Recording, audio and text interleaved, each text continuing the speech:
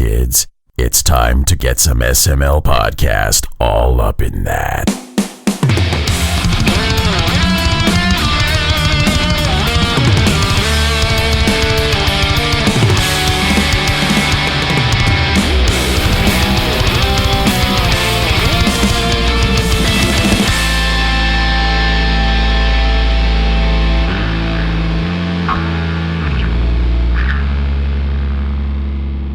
What's up, everybody? This is the SML podcast. I'm your host, Joe. Joining as usual, Cole. How are you doing?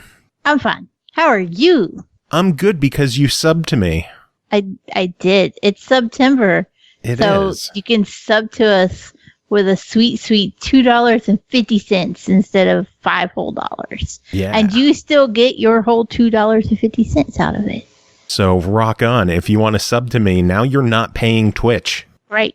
You're just paying Joe. Yeah. Which may or may not be for the better. Very true. Depending on your preferences. Probably going to waste it on cocaine. I don't know where you can get cocaine that cheap in the first place. He didn't say it'd be a lot of cocaine. Just no, cocaine. but like... And, okay, it would be enough to get you arrested, not enough to get you high, so I don't see the appeal of this. Because sometimes you just want to be able to say you did it. Well, I mean, when you've got a show called The SML Podcast, where all you do is discuss your olfactory infatuations, I don't know where you're going in life anyway, besides just with a straw and cocaine. The Smell Podcast. Yes. I've been called the Small Podcast, but not the Smell. Definitely the SML Podcast. Smell seems more fitting.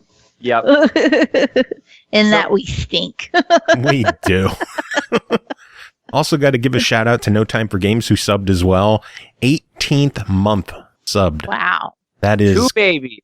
Crazy dedication, and I pity you for liking us. But thank you for your support. It's too late to leave them at the forestation. But as people can tell, Stevo Bortz is here. Stevo, how are you doing?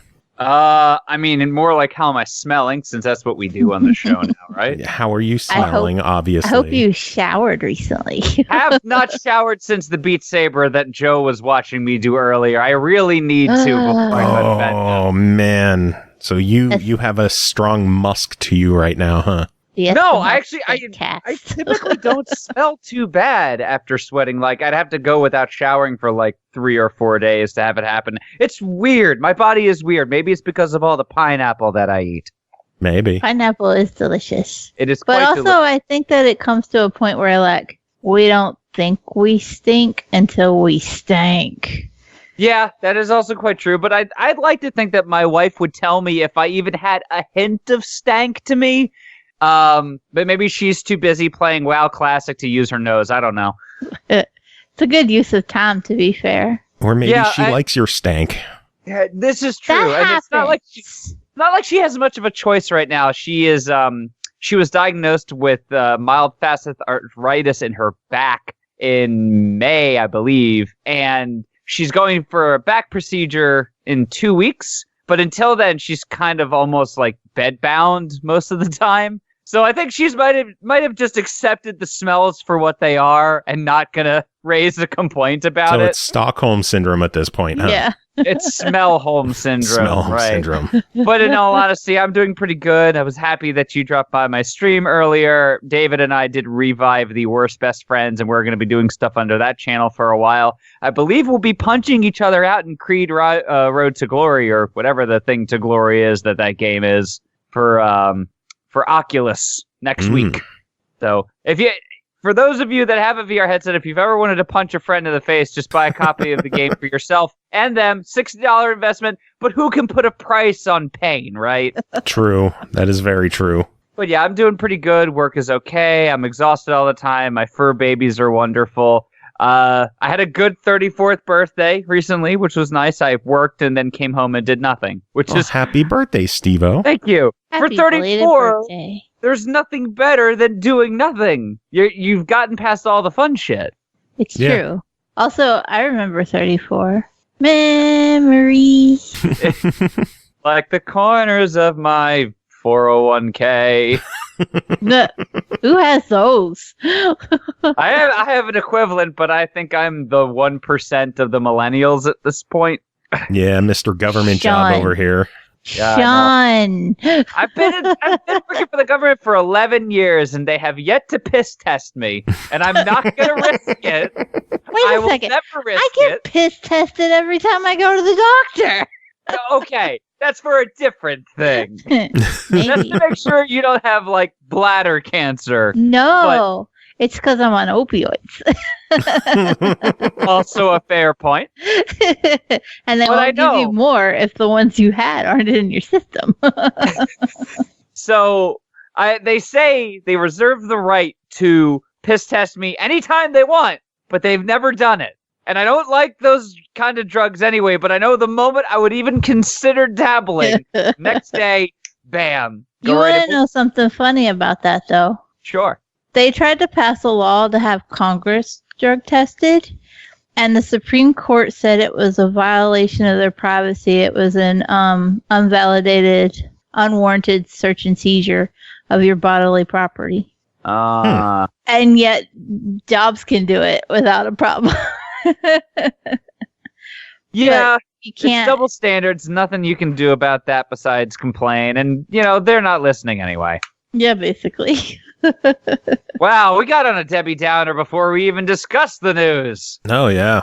That's what this show is all about. Positivity and happiness. Put Cole and I in the same call. You ever heard me go on my feminism rants? No, but please do enlighten me. I wasn't doing anything for the next 6 hours. Give me time. I'm sure I'll get to one somewhere. Okay.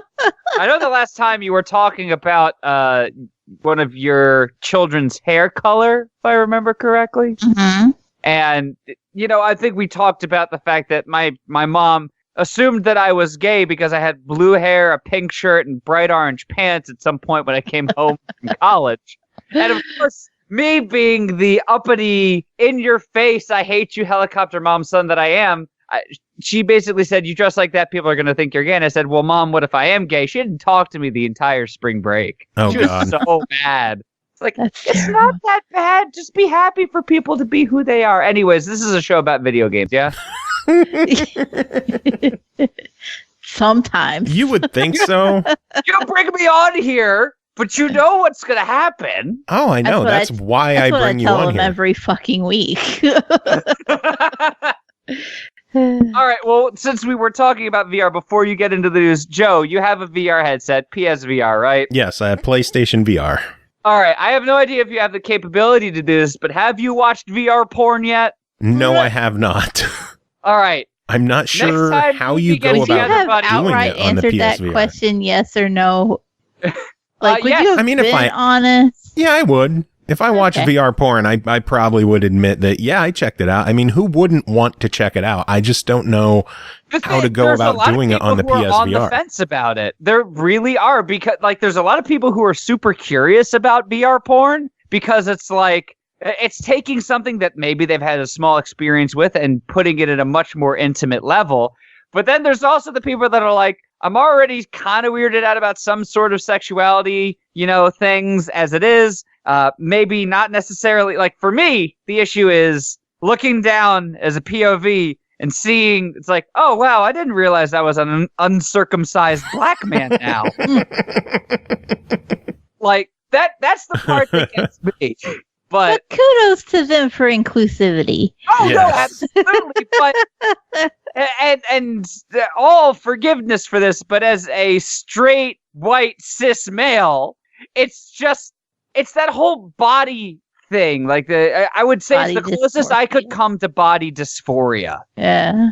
Or gender dysphoria, just looking down and it's like your body isn't your own. And it kind of draws you away from the sexy shit that's happening to your perceived body. This is a not safe for work episode, isn't it? Why are you looking I think down, every though? episode is not safe for work. Well, okay, all right, Cole. So I don't know if you've ever had sex. I'm not sure. Don't want to No, my presume kids- anything. My 3 kids were totally immaculate conception. So a lot of these scenes, so there's two typical kinds of VR porn scenes. One's sort of like fly on the wall. You're looking out almost like a voyeur, or if the person's like, and this is the part that freaked Val out, is like the woman or man or whatever is reaching into you as a person. They're like reaching into the void that is behind the camera. And it's kind of like that ending to Time Cop where the bodies merge and you don't really like it. And the other kind is POV. The person's basically wearing one of those Google Maps cars as a helmet in the sex scene in order to get all the camera shots. And when they go, like, if the person's going down on you, obviously you got to look down at your body because that's where the sexy stuff is happening.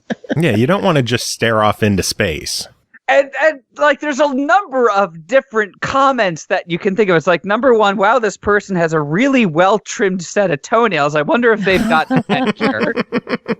Number two, like, all right, dude, so you went full shaved. Props to you. How did you get into that little crevice right there? I've never been able to get it fully clean. Like, there's a lot of different thoughts that could just randomly pop into your head.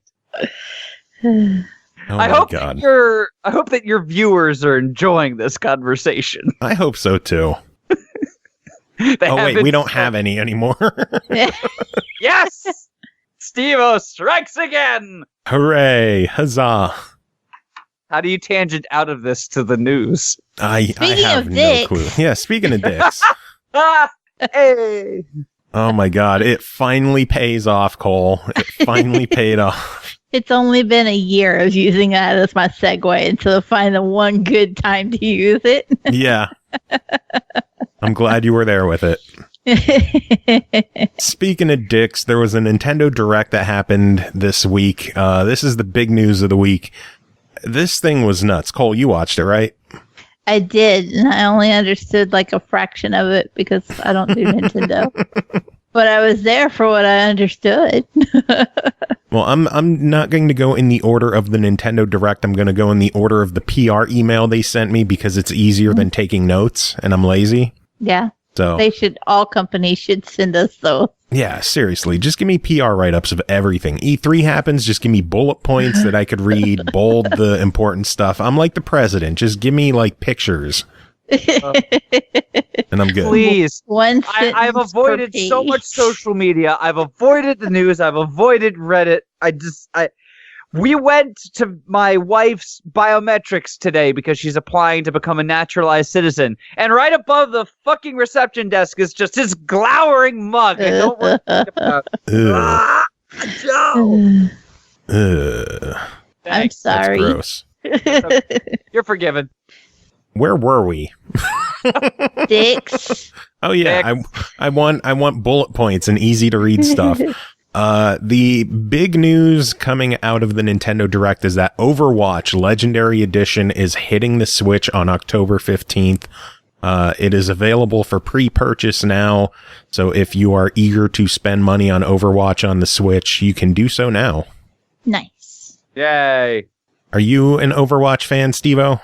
I played Overwatch competitive at Masters level for 4 or 5 seasons, and I'll install the game and play every, 5 or 6 months now. The whole freemium skin economy still rubs me the wrong way. I feel like they haven't done enough to keep their audience engaged, and it's become another typical MOBA style where there's a huge division between the levels of skill of the professionals and the casuals, and the community is still pretty toxic. But I'm happy for anybody to have the opportunity to play more of the PC exclusive stuff on the Switch, or rather console and PC exclusive stuff on the Switch. I don't foresee it ever coming in a Fortnite-like package to mobile phones, though. No. But I'm curious to see how it runs. I still haven't checked out Doom on the Switch, and I've had it since it came out. I heard that was a pretty solid port. Yeah. I've also been told that the Doom 3 on the Switch is a pretty solid port, and that's my favorite one. But, Mercy Main here. Y'all can hate me. I'll never stop playing her. I just use Soldier 76. Your Call of Duty, yeah. No. I don't play Overwatch much, so I just use the easy one. That's okay. No hate there. It's whatever you enjoy. A couple times I've played on a free weekend. I've played with the big tanky chick whose name starts with a Z. Zenyatta? Yeah. Yeah. The Zen Ball. And occasionally Widowmaker. Because then one-shot headshots just piss people the fuck off. Widowmaker's also just got that butt that don't quit, too. Doc Havoc says Zarya. This is Zarya? Oh, yeah. Something like that. I don't know. It starts with a Z and she's pink. Zenyatta's the male robot. I know that Zenyatta's the male robot, but as a healer main, I don't play any other characters. That's the funny thing is that in pretty much every game I play, I tend to gravitate towards a healer or some means of support. Joe's played enough shit with me to see me do that. Yeah. But in Overwatch, I don't, because I hate how much they nerf the shit out of the supports to where they can't even defend themselves. Oh yeah, you're walking around and you kind of need to be like chaperoned the whole fucking time. I don't want to be babysat. I can kill people. I just want to not die while I'm doing it. But you'd probably like playing as Moira because she can definitely kill people and heal shit. Can she? Oh yeah. Like the only way she can heal people is if she sucks the energy out of the enemies. Oh. So she can like stealth teleport behind bad guys, steal a bunch of their fucking health, go back to your side, and then heal your fucking allies. Yeah, she'd be pretty fun if you've never played as her. I think you'd... also Brigitte, because she smacks people around with a fucking mace. I tried her, but I just didn't, like, cling to her for some reason or another. But being able... as much as I like to play in a healer and support role, I also like being able to fucking murder somebody if they get in my face. and I will put murdering somebody in my face over helping everybody else. Hey, whatever you enjoy. When does that come out on Switch? October 15th. So a little over a month away. But if you're looking for some stuff that's happening today, the here and now, they announced Banjo and Kazooie for Smash Brothers playable that day. I love when they do that. It's like, it's playable now. Give us your money, bitches. But yeah, Banjo Kazooie playable in Smash Brothers. It finally happened. It's exciting. It is exciting. I get the feeling that PETA's going to make another one of those rip-off games again. Because you're beating up a bear and a bird, probably in a protected wildlife environment. It happens. Yeah. Oh, man. Banjo's not the only one joining Smash, though. They announced the fourth fighter coming to Smash Brothers is going to be Terry Bogard from Fatal Fury. I knew somebody was trolling me by saying Sans was playable in Smash. But Terry Bogard, man, that is a name that takes me back. Did you ever play Neo Geo games in the arcade? A few of them, not many, though. Okay. What about you, Cole? If I did, I don't remember it. All right, so Terry Bogard is your characters look. So I like the idea of Terry Bogard fighting against Ryu and Ken in Smash. That's a dream fight for me. I'm going to love that.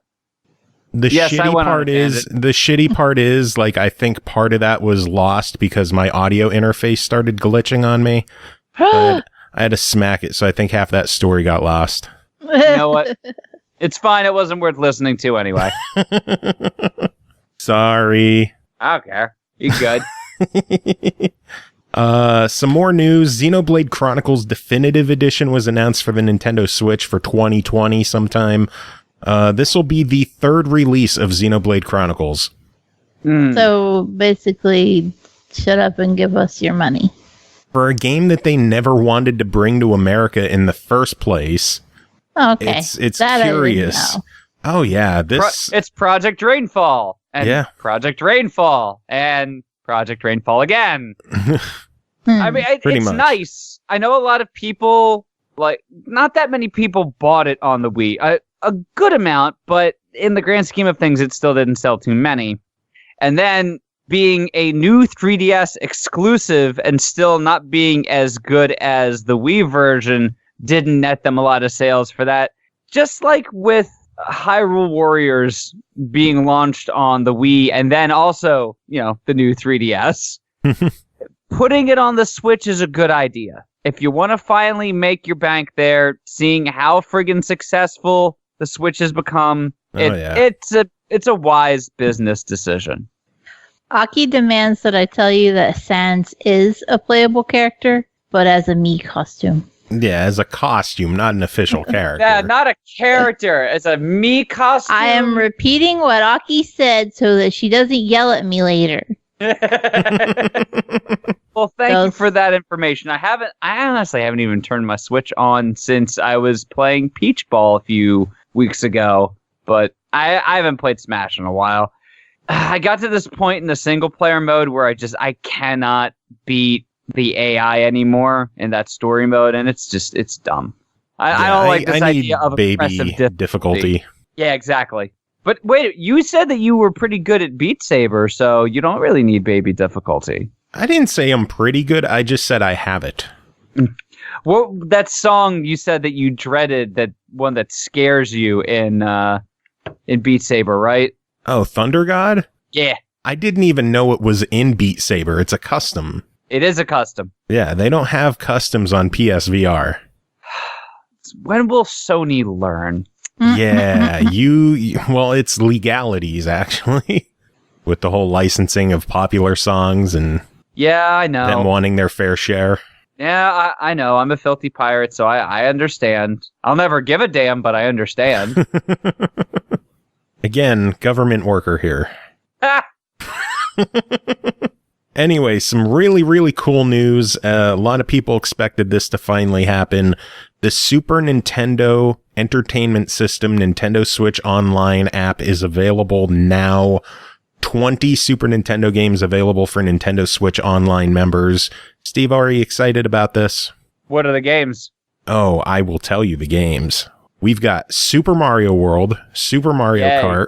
Hey, let me give a response after everyone. But you need to build this up, Joe. Okay, so Super Mario World. Nobody asked if I was excited about this. Because you don't have a Switch, and you repeatedly say you don't care. I have something to say. Well, all right, fine. Yeah, so let's get both of our responses. This is what would genuinely make me want to buy a Switch. Really? All right, so Super Mario World. I'm a yay. What about you, Cole? Yes. Very much a yes. Okay, Super Mario Kart. Yay. Yes. Legend of Zelda: A Link to the Past. Yay. What? I would still say yay. Yeah. I'm not a Zelda fan. I've never been a Zelda fan. All right. You filthy bastard. Whatever. Super Metroid. You motherfucker. I've also never been a Metroid. Okay, my favorite Metroid game is Metroid Fusion for the Game Boy Advance. I didn't play Super Metroid. I've tried to get into it 5 times. I'll get 30 minutes in and get bored and load up either like Evo or friggin' Super Mario RPG again. Oh my god, I don't you remember playing Metroid well enough to be like yay or nay. Like it would be one of those where if I played it, then I'd be like, oh yeah, I remember this, or draw a blank.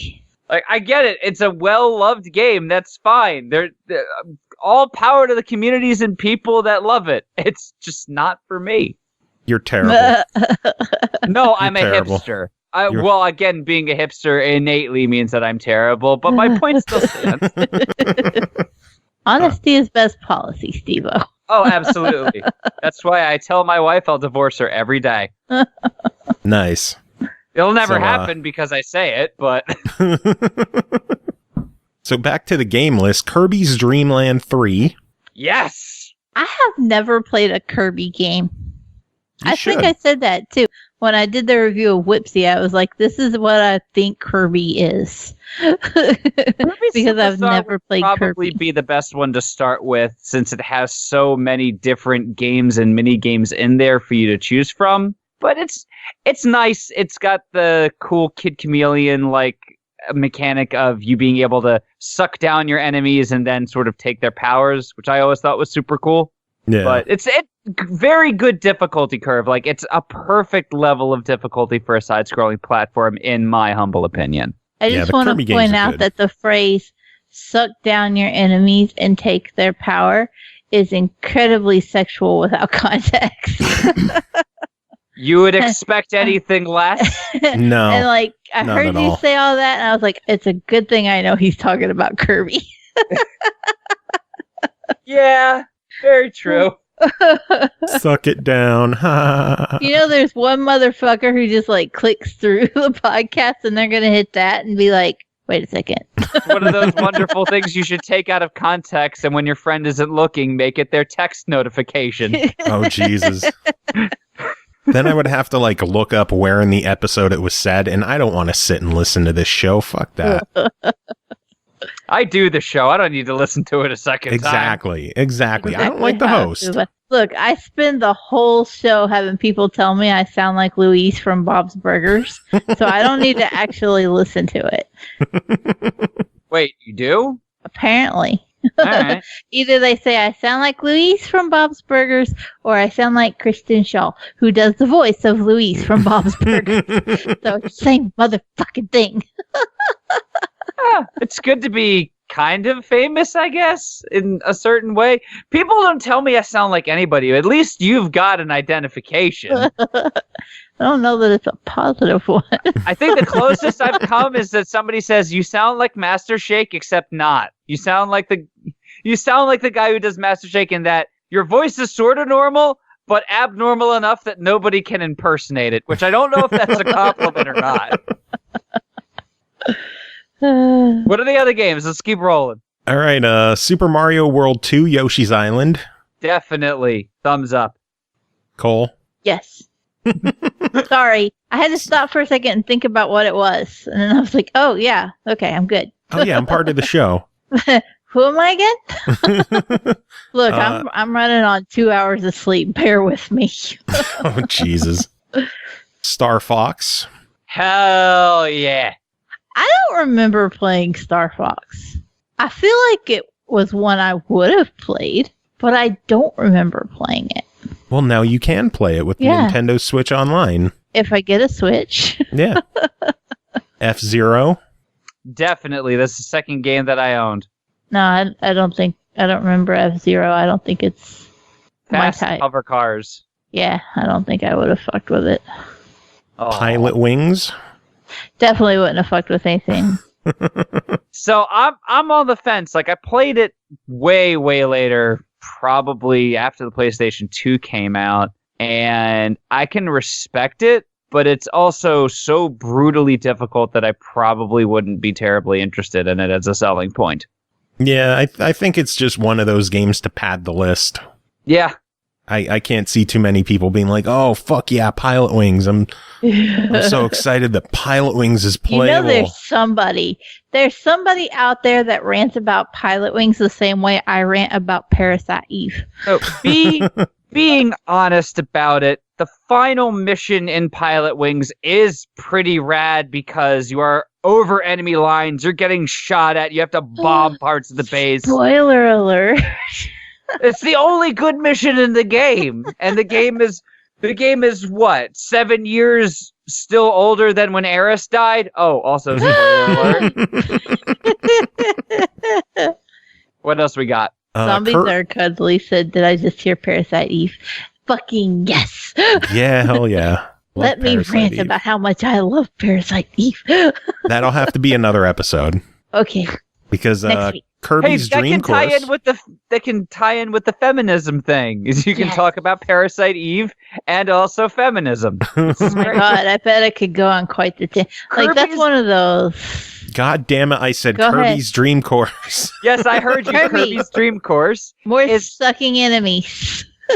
No, it's not though. Kirby's Dream Course is like golf.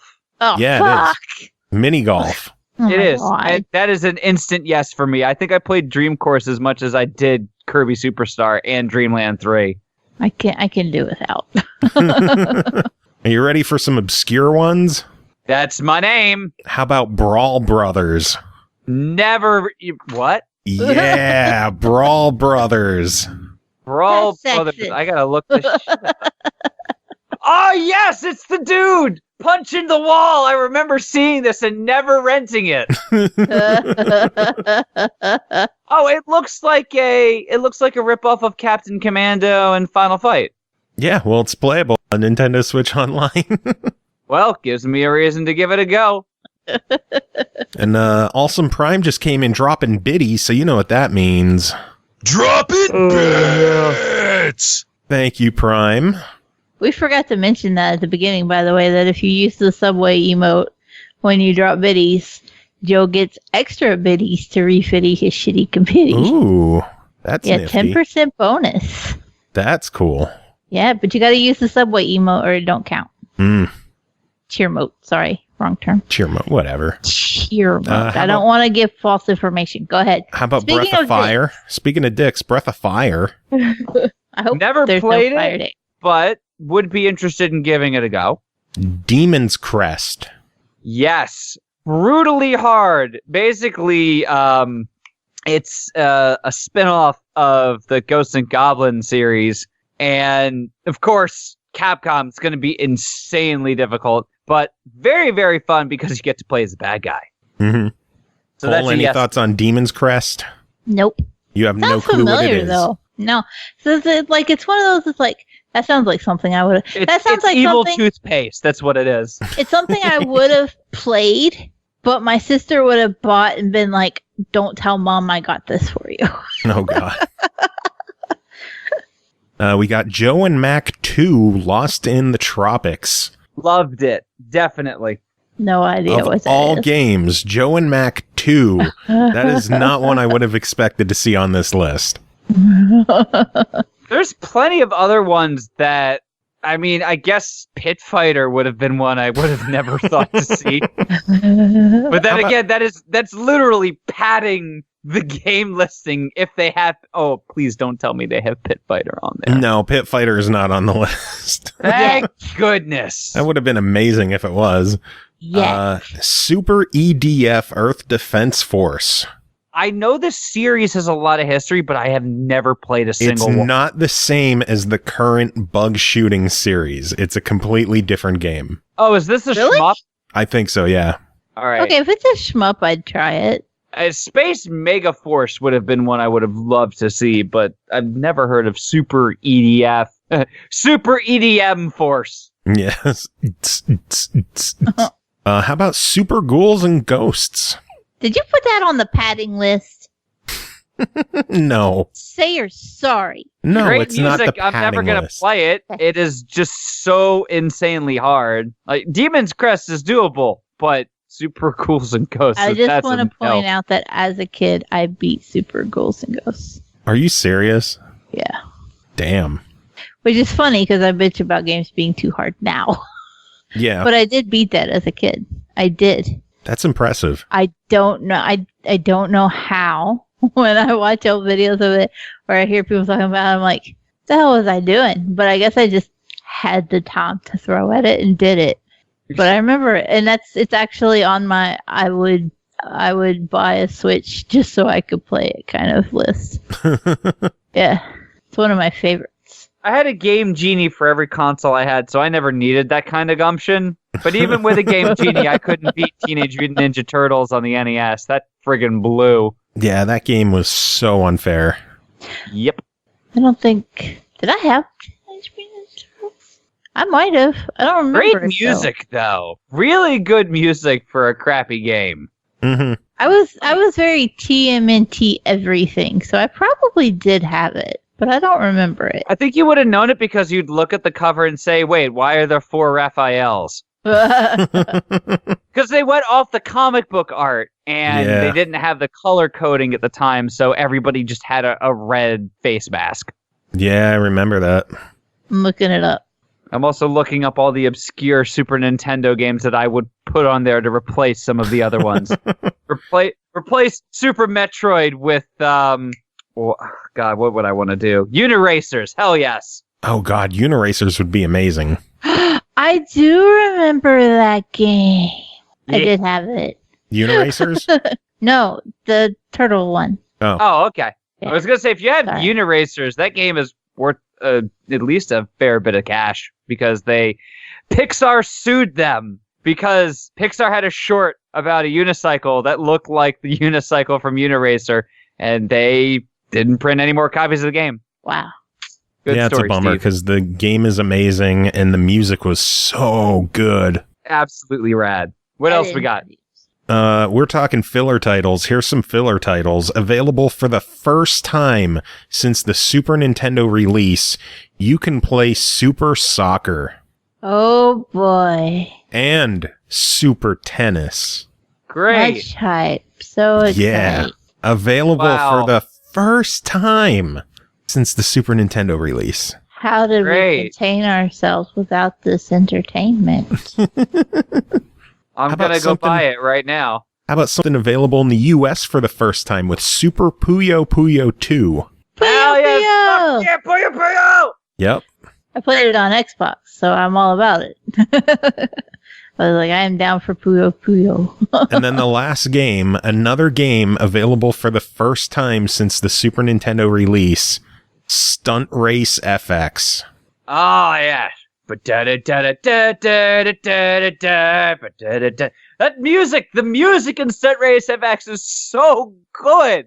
And it definitely doesn't hold up as well as like Star Fox does, but it's still a really fun game. Oh my god, the frame rate on that game is abysmal. It's 5. No.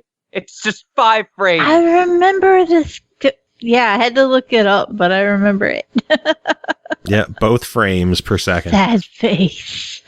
I gotta see. So there's an emulator that recently introduced a new method of getting more frames per second in your Super Nintendo games without having issues. Like the way the Super Nintendo works is that if you overclock the processor, shit goes haywire. Certain things don't work right. The music gets all out of whack. But there's a way that they did it. I need to see if that will improve the Stunt Race FX frame rate to more than single digits, because that would make it fun. Oh, yeah. I played it earlier today, like before we started recording, and it's so hard to play that game. It is so just shitty. I don't know how else to put it. There's a lot of potential. It's still a fun game if you can deal with the, like, drawing it on a flipbook level of frame rate.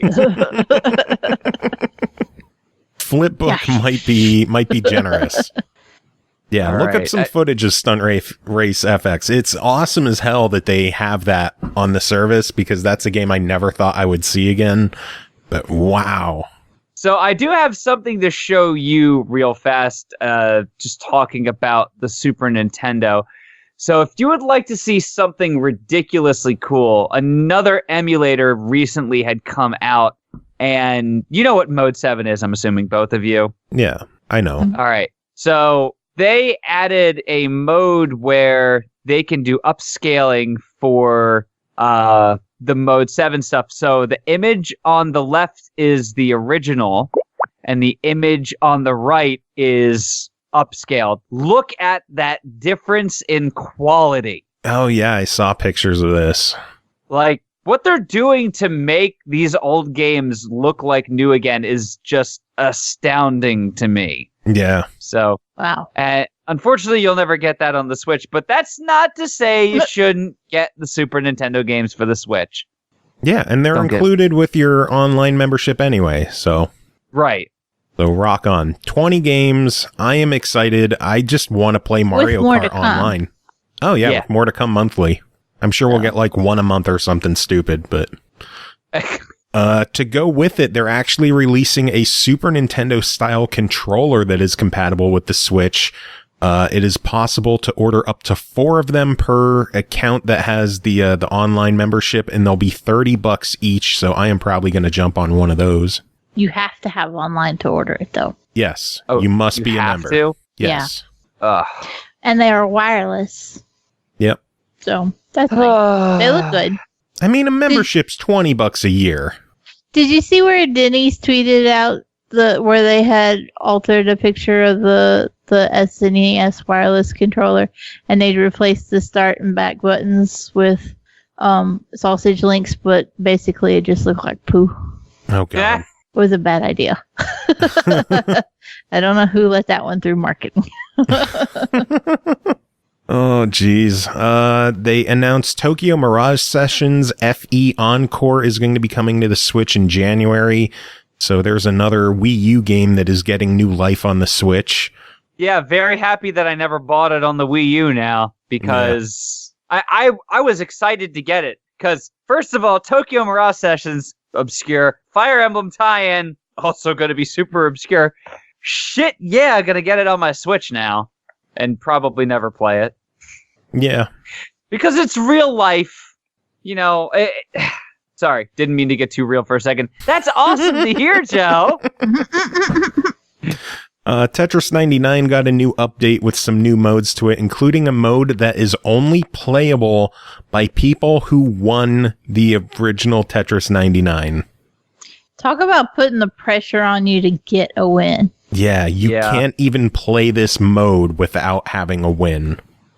Either tough up or get the fuck out. Yeah. Well, unfortunately, I got to get the fuck. I still don't have a win. I've gotten second place, third place, fourth place. I have not gotten a win. Maybe now all the good players will be playing in the Invictus mode. I won't have to worry about it. I wonder if that isn't like part of their motive for creating a mode like that, though, is to move along the more hardcore players so that people who don't traditionally win stand a better chance. Possible. But yeah. I don't have any input on this one. No Tetris knowledge? I played Tetris 99 once, and I think I got in 95th place. I mean, I'm normally pretty damn good at Tetris. It's not my thing. But for them to push that amount of pressure, take it or leave it, I guess. Yeah. Oh, well. I've been on this show for 50 minutes. I think I already used all of my funny. And we're not even through the Nintendo Direct. This always happens when we have company on. There's a lot of news, and then we have company, and we just spend all of it bullshitting, and nothing gets done. It's worth it. They showed off some new info on Pokemon Sword and Shield. They showed off some new footage for Legend of Zelda Link's Awakening, which I can't wait for. Hold on, wait. Are we not going to talk about the T Pokemon? Go ahead. Why? There, we talked about it. There's a T Pokemon. Now I can't even think of what its name is. God damn it. Where's Google? What's the T Pokemon's name? I'm literally, what's the T Pokemon's name? Dun, dun, dun, dun, dun. Oh, I'm under images. That doesn't help. What is the newest Pokemon? Poltegeist. Oh, Poltegeist. Poltegeist. Its body is made of tea, and it may even let a trusting trainer have a taste of its tea. That's what I wanted to talk about. That's inappropriate. I looked this up, and this Pokemon looks like it wants my dick already. Don't look at me so seductively from inside your chamber of mystery, Pokemon. Jesus, dude. I'm just Take me out saying, to dinner. How else are you going to get a sip of its tea if you don't put your lips on the kettle? Well, there, and Joe, slurp. as you well know, Joe, I am an aficionado of fan fiction. There's my new pairing. Picard goes over and orders tea Earl Grey hot, and Poltegeist comes out and sucks his dick. Poltegeist Rule 34, because I'm pretty sure you're already... I think there is a website that just shows the time difference for legal reasons, we need to point out launched and when there's Rule 34. I like that I clicked the link and it's like, we need to point out that this site contains material not suitable for minors. Yeah, I kind of figured that. We're good. I don't see any Poltegeist yet. Nothing At least yet. not on this page. Oh, because it changed it. It corrected it to Poltergeist. How uncool. Don't do that. Right, I'll take a look using my vast stores of Rule 34. Let's see. Nope, there's 3 already. Are there? Okay. it keeps correcting it. You know what? This is actually really adorable. This is no. This is like borderline not safe for work. Look at that. That's so cute. I'm gonna have to explain so much. Oh, that one's not bad. No. Yeah, that's not bad at all. I still wouldn't use it as the episode image. Yeah, well, I mean, there's another one where it's the fucking, what is the Pokemon called? That's the fucking whipped cream swirl. Is it Swirlix? That's a Pokemon. Anyways, it's got poltergeist coming out of its ass, and it's just the quote that just says, "They don't pay us enough for this shit." Oh, Jesus. They really don't. Oh, my Lord. What does my show become? Pokemon porn. Better, yes. That is the proper answer. Listenable. Yeah, new video for Legend of Zelda Link's Awakening coming out September 20th. I am very excited for Link's Awakening. Link's Awakening has always been my favorite. Did you play it originally on the Game Boy, or did you do it in emulation? Game Boy. Okay. Yeah, the original release, too, that had like the warp glitch you could do that everyone uses to speedrun the game. Not the DX one, just the original release. Yeah, I had the OG release. Very nice. I never played the DX version with the extra content, so this will be new to me. Hey, it'll be an experience. And don't they already have a Link's Awakening? Every game has a fucking randomizer. Pugsley's Treasure Hunt for Super Nintendo probably has a fucking randomizer now. Pugsley's Treasure Hunt. Or was it Pugsley's Day Out? Whatever the hell, because there was 3 Addams Family games for the Super Nintendo. Addams Family Values, and then Pugsley's something or other. Pugsley's Day at Heavyweights Camp. I don't know. Oh, Lord. Did you ever see that movie? That was one of like the core 5 kid movies. You had Mighty Ducks, The Big Green, Little Giants, The Sandlot, and Heavyweights. Heavyweights was the shit. Yep. It had I still have that on Blu-ray. Ben Stiller in it. God, that was so good. I'm going to watch that tomorrow now. I should watch it too. Hey, let's go have our CC's date and we'll watch it together. Sounds good. We'll sit in CC's, I'll bring my fucking laptop, and we'll eat pizza for a few hours while watching Heavyweights. Yes. How long do you think they would let us there? I'm sad about how far away I am. How far away are you? I'm in Kentucky. Oh, I am so sorry. Stevo, how long do you think they would let us stay there just watching a movie and eating pizza? If we kept eating pizza, I'm pretty sure they'd let us stay until the shift change. It's just like, all right, we're leaving. You gotta leave now as well. All right, what else we got? They showed off some new footage of Luigi's Mansion 3 and detailed a competitive mode that they're going to be playing, or that they're going to be having in the game. They showed off some new footage for Animal Crossing New Horizons, new footage for Demon Ex Machina. They revealed a new Kirby game called Super Kirby Clash, which is a free-to-play with microtransaction battle multiplayer action game. Yeah, there was Kirby Clash for the 3DS, so I'm not surprised this is also going to be another freemium circus. Yeah. Oh, well. Divinity Original Sin 2 released on the Nintendo Switch that day, which is pretty awesome. That is awesome for the 20 people who are going to enjoy playing it. No, I mean, game Divinity is fantastic. Original Sin is it is, but as a series, it's such a hard sell to some people who are so used to isometric games being action oriented that they didn't grow up with Baldur's Gate or Icewind Dale, you know. But I mean, I played it for about 2 hours and I haven't played it since then because Val got mad at me for getting us killed too many times. What a good way to break up a marriage by playing Divinity Original Sin.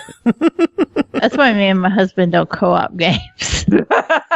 Good call there. Very good call. 18 years and counting. We're doing fine. High five. Oh, shit. Return of the Obra Dinn is going to be coming to consoles, including the Switch, later on this year. So people have been excited for that game, get to see it come to consoles finally. That's the thing. Next. Little I think Town my Hero. response was... Huh? What were you saying, Stevo? I was going to say, I think my response covered the enthusiasm for that. What were you saying, Joe? New game Little Town Hero, an RPG from Game Freak, the makers of the Pokemon games. And it's going to feature music from Toby Fox, the creator of Undertale. Nice. Oh. I think that'll be good for him. The pressure to create a good narrative will finally be off and he can expand his creative wings in the audio segment. Yeah. But yeah, that comes out October 16th. That's right around the corner. A sequel to the cult classic Deadly Premonition is coming to the Switch. So Deadly Premonition 2, A Blessing in Disguise, is set to release in 2020. And the original game launched as Deadly Premonition's Origins that day. So it is available now on the Switch.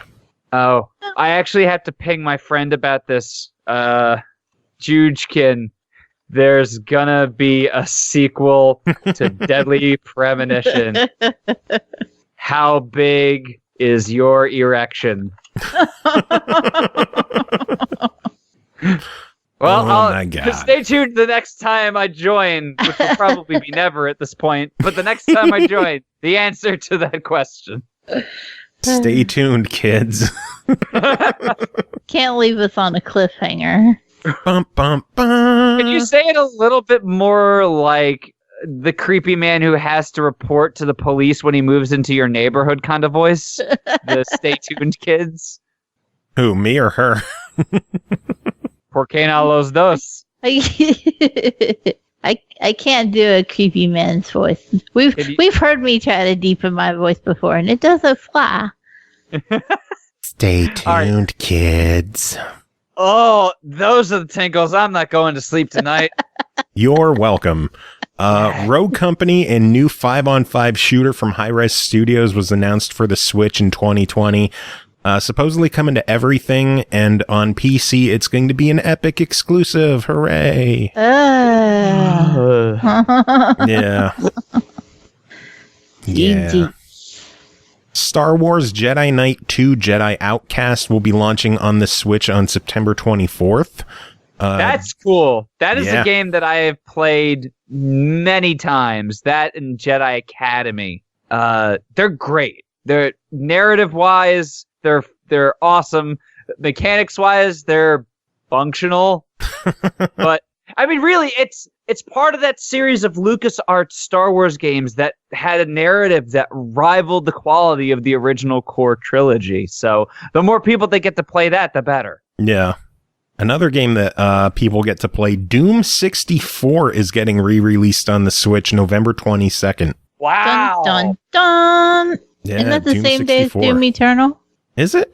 I think so. When is Let me Doom Google Eternal? it. Yeah, that's same day as Doom Eternal. It is. Yeah, see, look at me knowing things. Hot I'm diggity. smart. So proud of you. Yay. Showed some more footage of The Witcher 3 hitting on October 15th.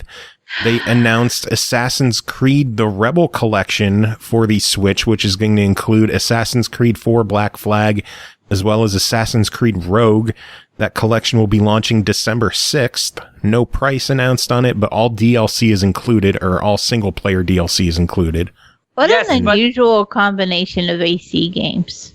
I would have far expected more out of 3 and 4. For the Nintendo Switch of the new adventures of Mary Kate and Ashley for Game Boy Color.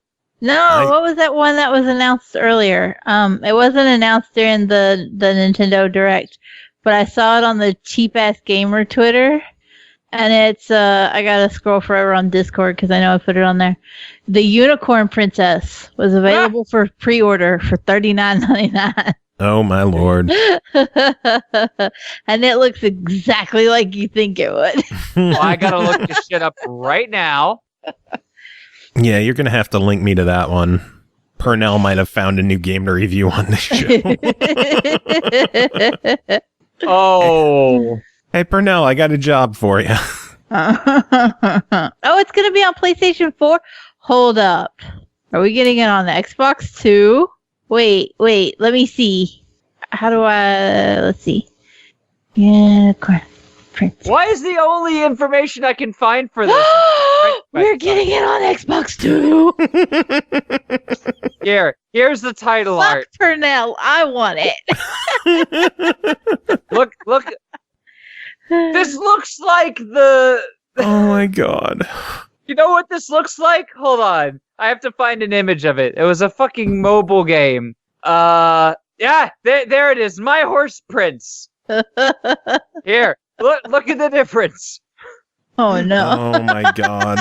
I feel bad for the people who don't get to see these images, but it's probably for the better.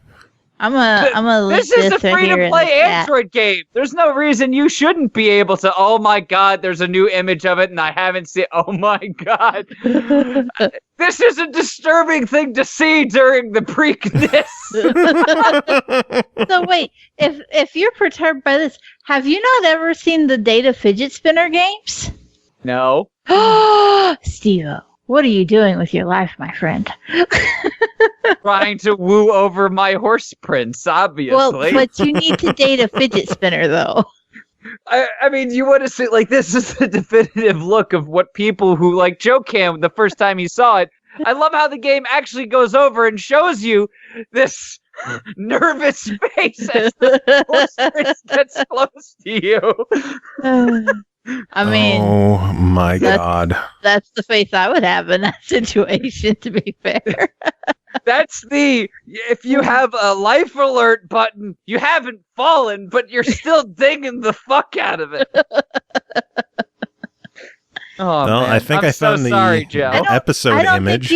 I don't think you could ding the life alert button because you might not have fallen, but you were certainly getting up. I like it. Oh my lord. Hey, Joe, I have an important question for you. Yes. But I can only send it in image form. Oh, God. Oh my lord. Do I want to know? Why is his neck so long? Also, why is he denting the wall? Joe, will you be my owner? Oh my god. Oh, Jesus almighty. Oh, Jesus. Is there any other news? You're going to have to edit this one. I'm doing this on purpose so that you have to actually edit it. I'm too lazy to edit. I'm too lazy. So all this is going to be in the show. People won't know what the fuck we're talking about. I think I'm doing an okay job explaining. If you're having a problem, just look up images of my horse prints in Google. Data fidget spinner. Okay, here we go. Oh my It's lord. free too. And like we have legit sent emails to the developer asking when the third one is coming out. He has not answered us. Downloading it right now. I'm going to put it on my laptop for my lunch break tomorrow. Two. You get to play two of them. Oh, there's two of them. Two. It gets better. Ooh. Wait a minute. The second one, I get to date more? Okay, so horse dating and fidget spinner dating aside, Dauntless is coming to the Switch. I thought it was already on there. No, it's coming soon, and it's going to have full cross-play and cross-compatibility with everything. So if you have a character on Xbox, I believe you can pick up that character and play on Switch, and that is really cool, if possible. Yeah. Oh, wait. I'm okay with that. Cole, you have a PS4, right? No. What? No. Curses. Oh. Get choo. Keep bringing that voodoo up in here. Okay. No, why?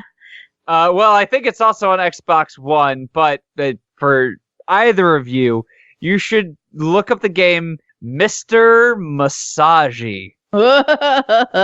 I don't think that's on Xbox. I don't think so, but I would definitely have played it if it was. Let me see. Well, there's screenshots, logo. Oh, yeah, it should be on Xbox One. What? Yeah. I've never heard of that game. I know it's on Steam. I do believe it is for sure on PS4. It should definitely be on. If I get it, I will gift it to you because it's basically you date people and then you put your controller on your neck and it gives you a massage. That would work really well on Xbox too because of the impulse triggers. Getting all technical and shit. Hell yeah, man. Let's see. Trials of Mana is going to be coming to the Switch on April 24th, 2020 with upgraded graphics and fully voiced characters and all that other fun jazz. People who want the original can play it as part of the collection of Mana on the Switch, which just got a physical release as well. Ooh. So people who want Trials of Mana for the first time in English get to play it now on the Switch. Very nice. Okay. Yep. Showed off some new footage for Mario and Sonic at the Olympic Games Tokyo 2020, including a bunch of retro events with like 8 and 16-bit characters. Looks pretty cool. Comes out November 5th. They announced some new amiibo are going to be coming on November 15th, including Crom, Incineroar, and Simon Belmont. Ooh. So more amiibo to put on my shelves. And then some footage of games like NBA 2K20, The Outer Worlds, Just Dance 2020, Ni no Kuni, Wrath of the White Witch Remastered, Devil May Cry 2, which launches on the 19th. Although a lot of people are saying to avoid it because Devil May Cry 2 not very well received. I mean, it's better than not playing a Devil May Cry game, but it's not the best Devil May Cry. I need to find this. Do you guys remember, Joe, you probably remember when those trailers made the rounds of all those Ugandan movies and there was a movie called Devil May Cry 1 and 2? No, I don't remember that. Oh my gosh. All right. I'm internet old at this point. We all are, man. All right. Go on with the news. Don't let me derail it again. They had some more video footage of Grid Auto Sport, Vampires coming to the Switch October 29th, Call of Cthulhu's coming to the Switch October 8th, and Cole, Farming Simulator 20 is coming to the Switch.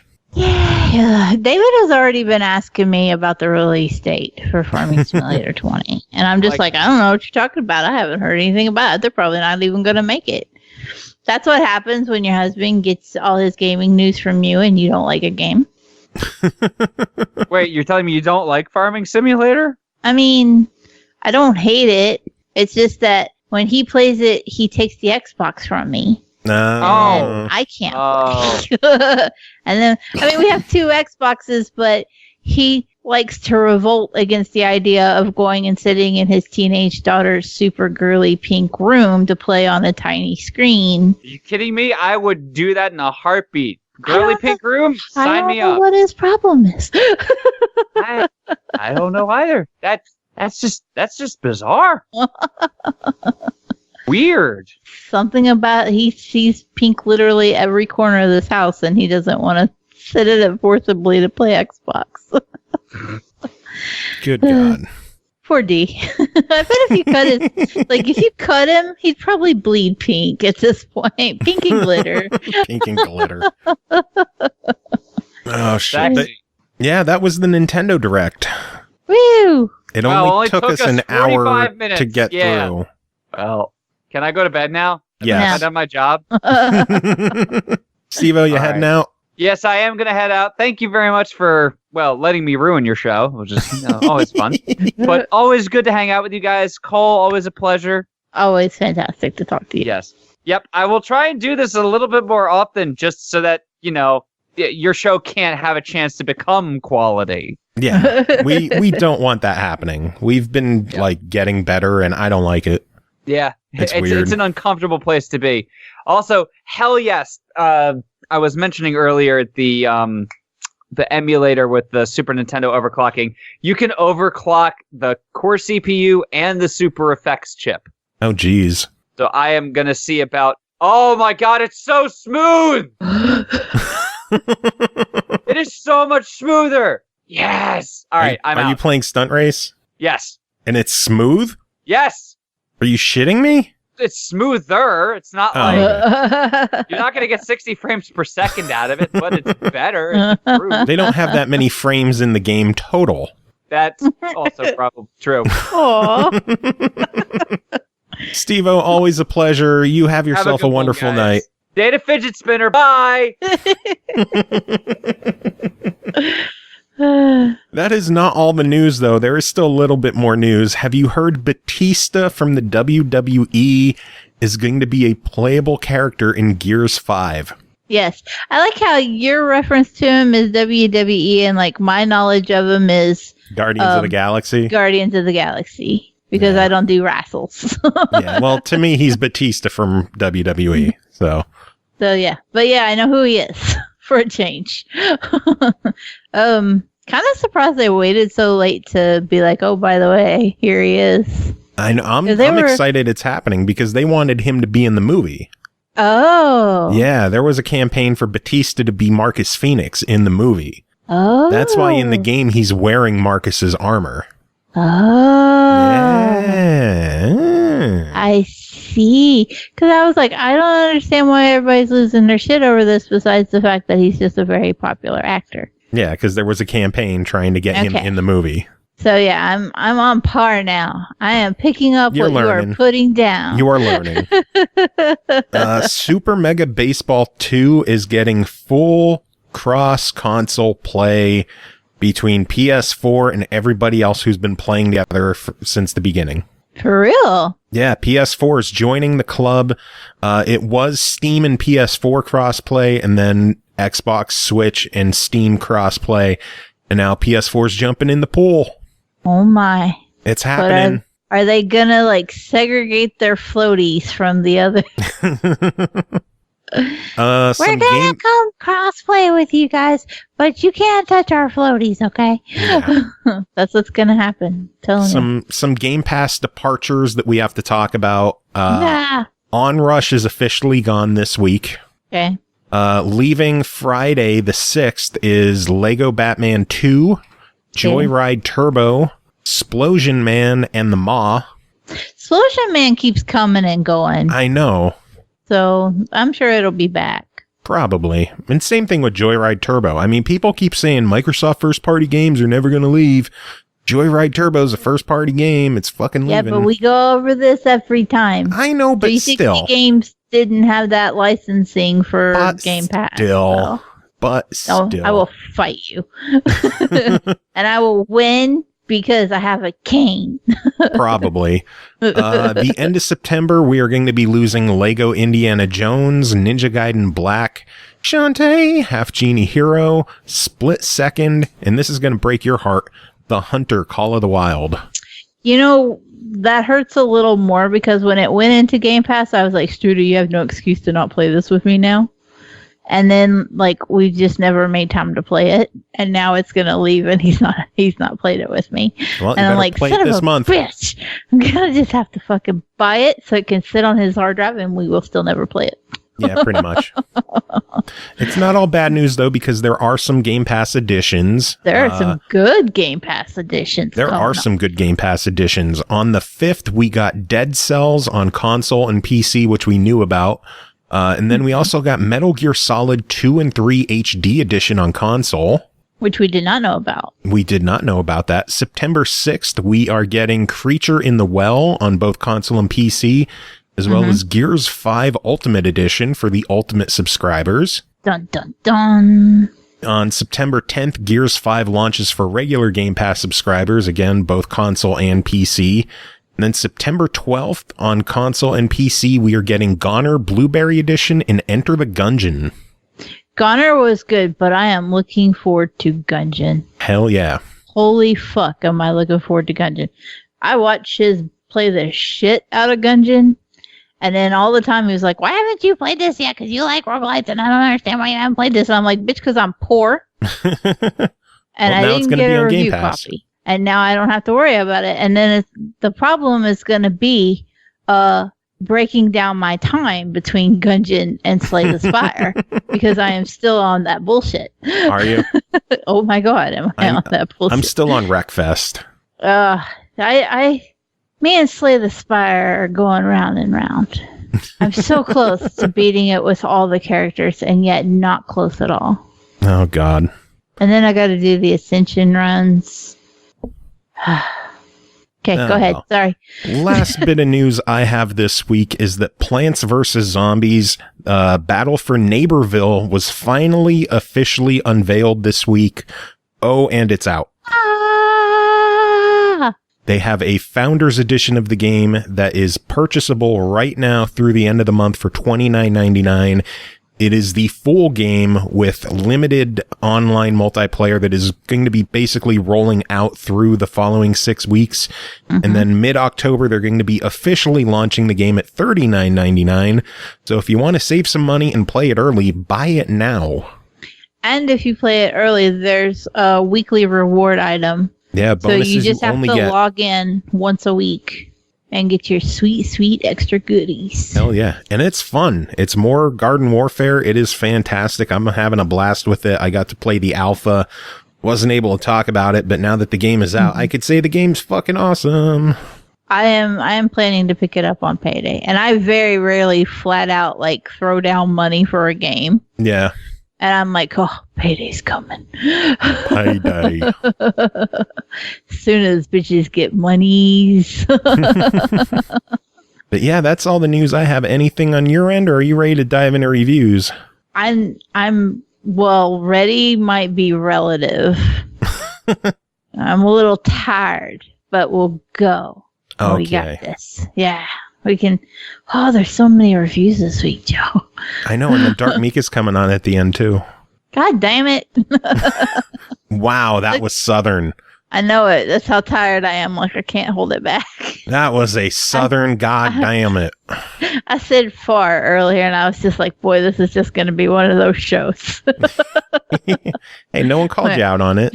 I We know let it it. slide. I was so happy, but I knew it in my head. And I was like, fuck. That's all you need to know, that you just can't fucking hide it. Because the more tired I am, the harder it is to contain the redneck.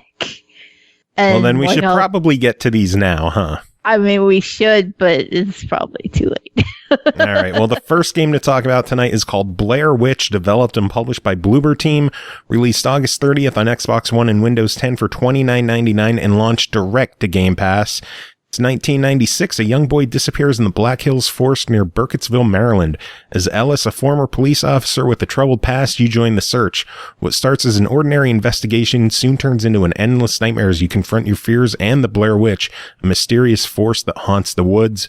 Cole, tell us about Blair Witch. Wow. I started to say something and then my whole mouth just locked up and I couldn't spit it out. You don't really have a lot of hope for a game that's based on a movie that come out so long ago. Oh, yeah. Usually when there's some kind of like movie game tie-in, they're relatively like soon to each other for promotional purposes. So when you get one that's 25 years later, you're kind of like, eh? Not so sure that's the best marketing plan. But this was developed by Bloober Team. And Bloober Team knows horror. They don't fucking let us down, okay? They know how to fuck with our minds. It is, I really think the developers on this team probably need some therapy because they're really goddamn good at what they do. And Blair Witch is no exception to that. However, I want to point one thing out because it's driven me crazy. Everybody keeps mentioning the dog. Now, in this game, you play as a PTSD, anxiety-riddled law enforcement officer trying to track down a missing kid, right? Mm-hmm. So part of getting you over your PTSD shit is you were assigned a canine companion. Your dog's name is Bullet. Bullet, everybody that fucking refers to this dog calls it a German Shepherd. But if they did a little searching in the game, they would learn that he is a Belgian Malinois. And now, after I played the game and I saw that, I was like, these motherfuckers all called him a German Shepherd. Literally not one person checked this guy's text messages to learn what the dog actually is. Because there's text with the veterinarian, and he says, oh yeah, that's common for a Belgian Malinois. And I'm like, I knew he wasn't. You're paying attention. These motherfuckers out here giving reviewers a bad name. Proud of you. But anyway, the dog is, and your relationship with the dog is incredibly important to how this game plays out. There were no dogs in the movie Blair Witch, but for the sake of the game, companion cubes have come a long way. Yeah. And are now Belgian Malinois. Not fucking German Shepherds. So Bullet kind of serves as both your canine police companion and your partner, in that he will help you find clues while you search for this kid, but he also keeps you from losing your shit, and he protects you from the supernatural bullshit lurking in the trees, which is incredibly important, because if you piss the dog off, he does not give a damn about you anymore. And he will go roll in some dirt and leave you to die. Don't piss the dog off. But why would you want to if the option is also there to pet the dog to the point that you can give him belly rubs? Not a spoiler. Don't piss off the dog. It tells you at the very beginning of the game that how you treat the dog affects your relationship and whether or not he'll help you. And it's funny because you can tell him to go and seek. There comes points where you have to punish the dog and like reprimand him. And basically he just like points his finger at him, like, bad, don't do that. And then the dog just looks all brokenhearted, and you're like, you little son of a bitch, why'd you make me do that to you? I got emotionally attached to the dog, and I didn't want to have to reprimand him. But if you don't, then he just walks around and pees 1,000,000 times and doesn't actually go find you clues, and just leaves you sitting there in the dark like, well, I guess I'll wait for somebody to come find my ass now.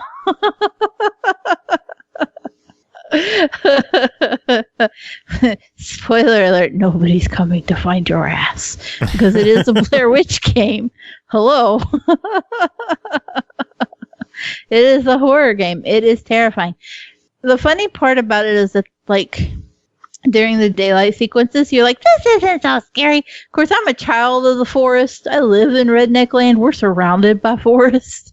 And so I'm like, I don't see what the big deal of being stuck in the forest is. And yet everybody I've, like, watched play it or talked to that's played it, they're like, oh, my God, I was just panicking from the beginning. And I'm like, trees aren't scary, people. It's okay. Damn You're city working yourself folk. up too damn much over some trees. What gets scary is when you discover that the game lets you use video camcorders to manipulate reality. Interesting. That's some scary shit. Because you will find, well, you don't find shit. Bullet goes and finds things for you.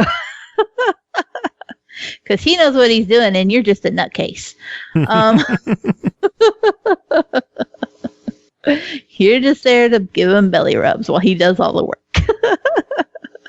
Oh, boy. So you will find these red cassette tapes, like VHS style, the little mini cassettes. I actually have one of those little recorders. I can't remember what the proper term for them are. But like they take the little tiny VHSs. Yeah. So you will find those, and if the ones have a red strip on them, they can manipulate reality. And so you will get to certain areas where you will need to watch the tape and pause it at the exact same point so that it lines up with reality. And then when you move the camera away, a clue from the video will be in your reality. Oh, that's cool. And that changes the way that you search for the kid and what you may or may not find in the process.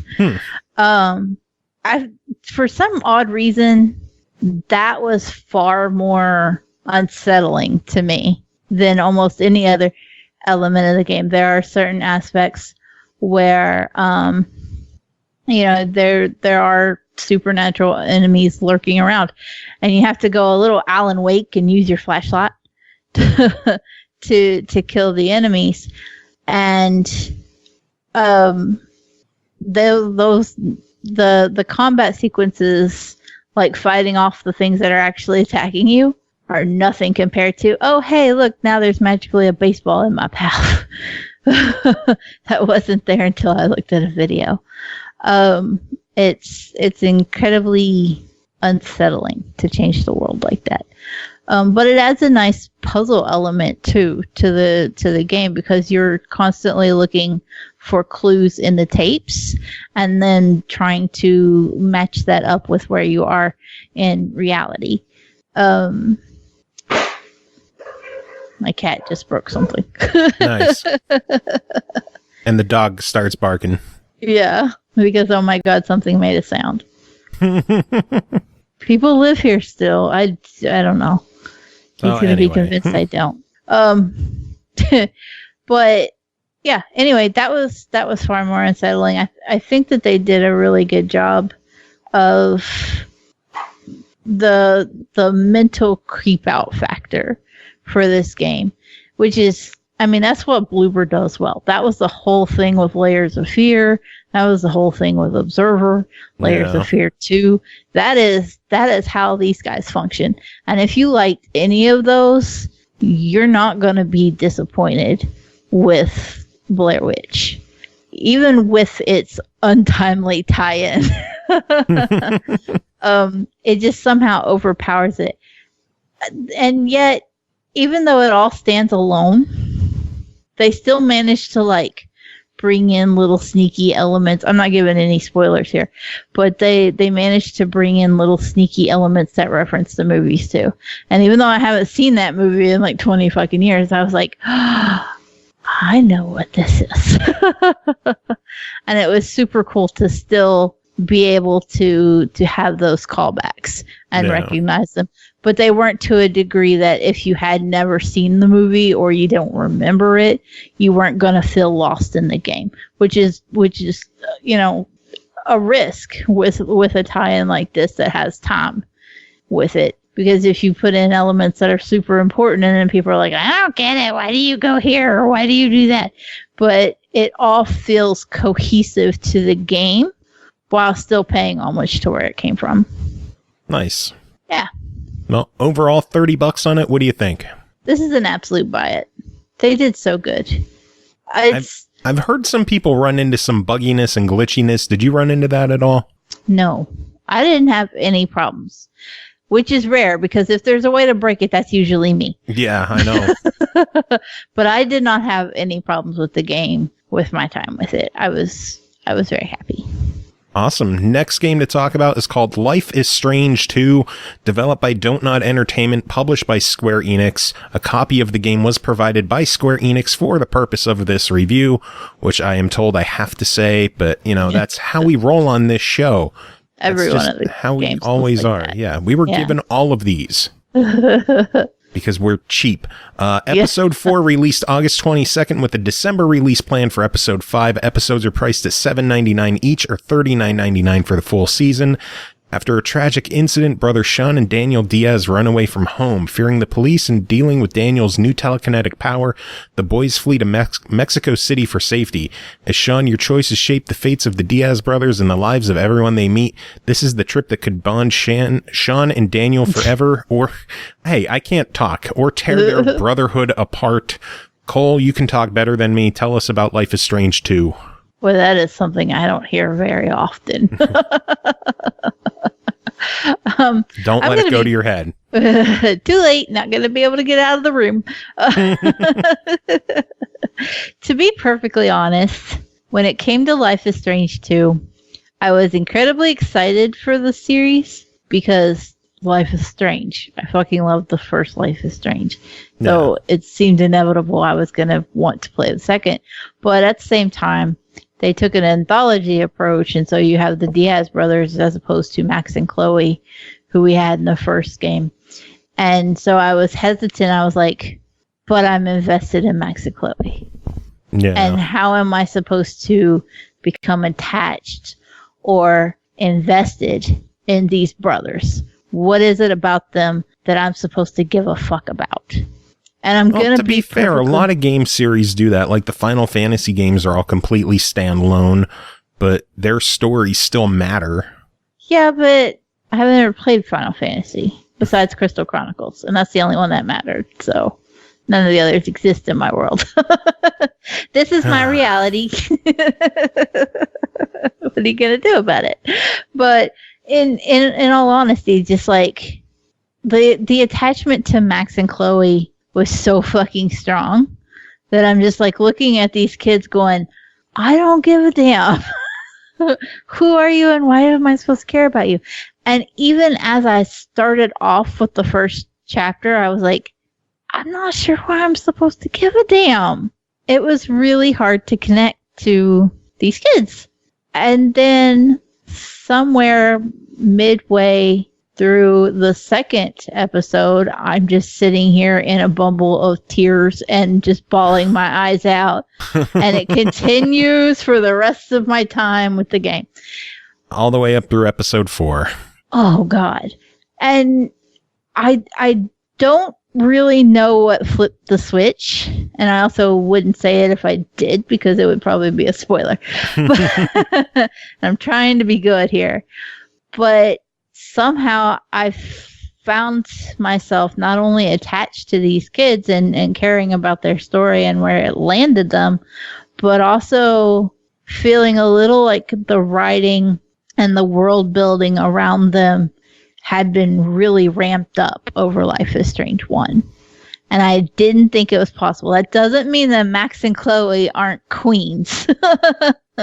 They reign supreme. But as far as the way the development team at Don't Nod built this story around these brothers, the emotional investment into them was just constantly being ramped up. And then it got to a point where you're like, these are my sweet babies, don't hurt them. and trying to consciously make decisions that bettered their world and their situation, because their situation fucking sucks. Oh my God, it's just a constant barrage of bullshit.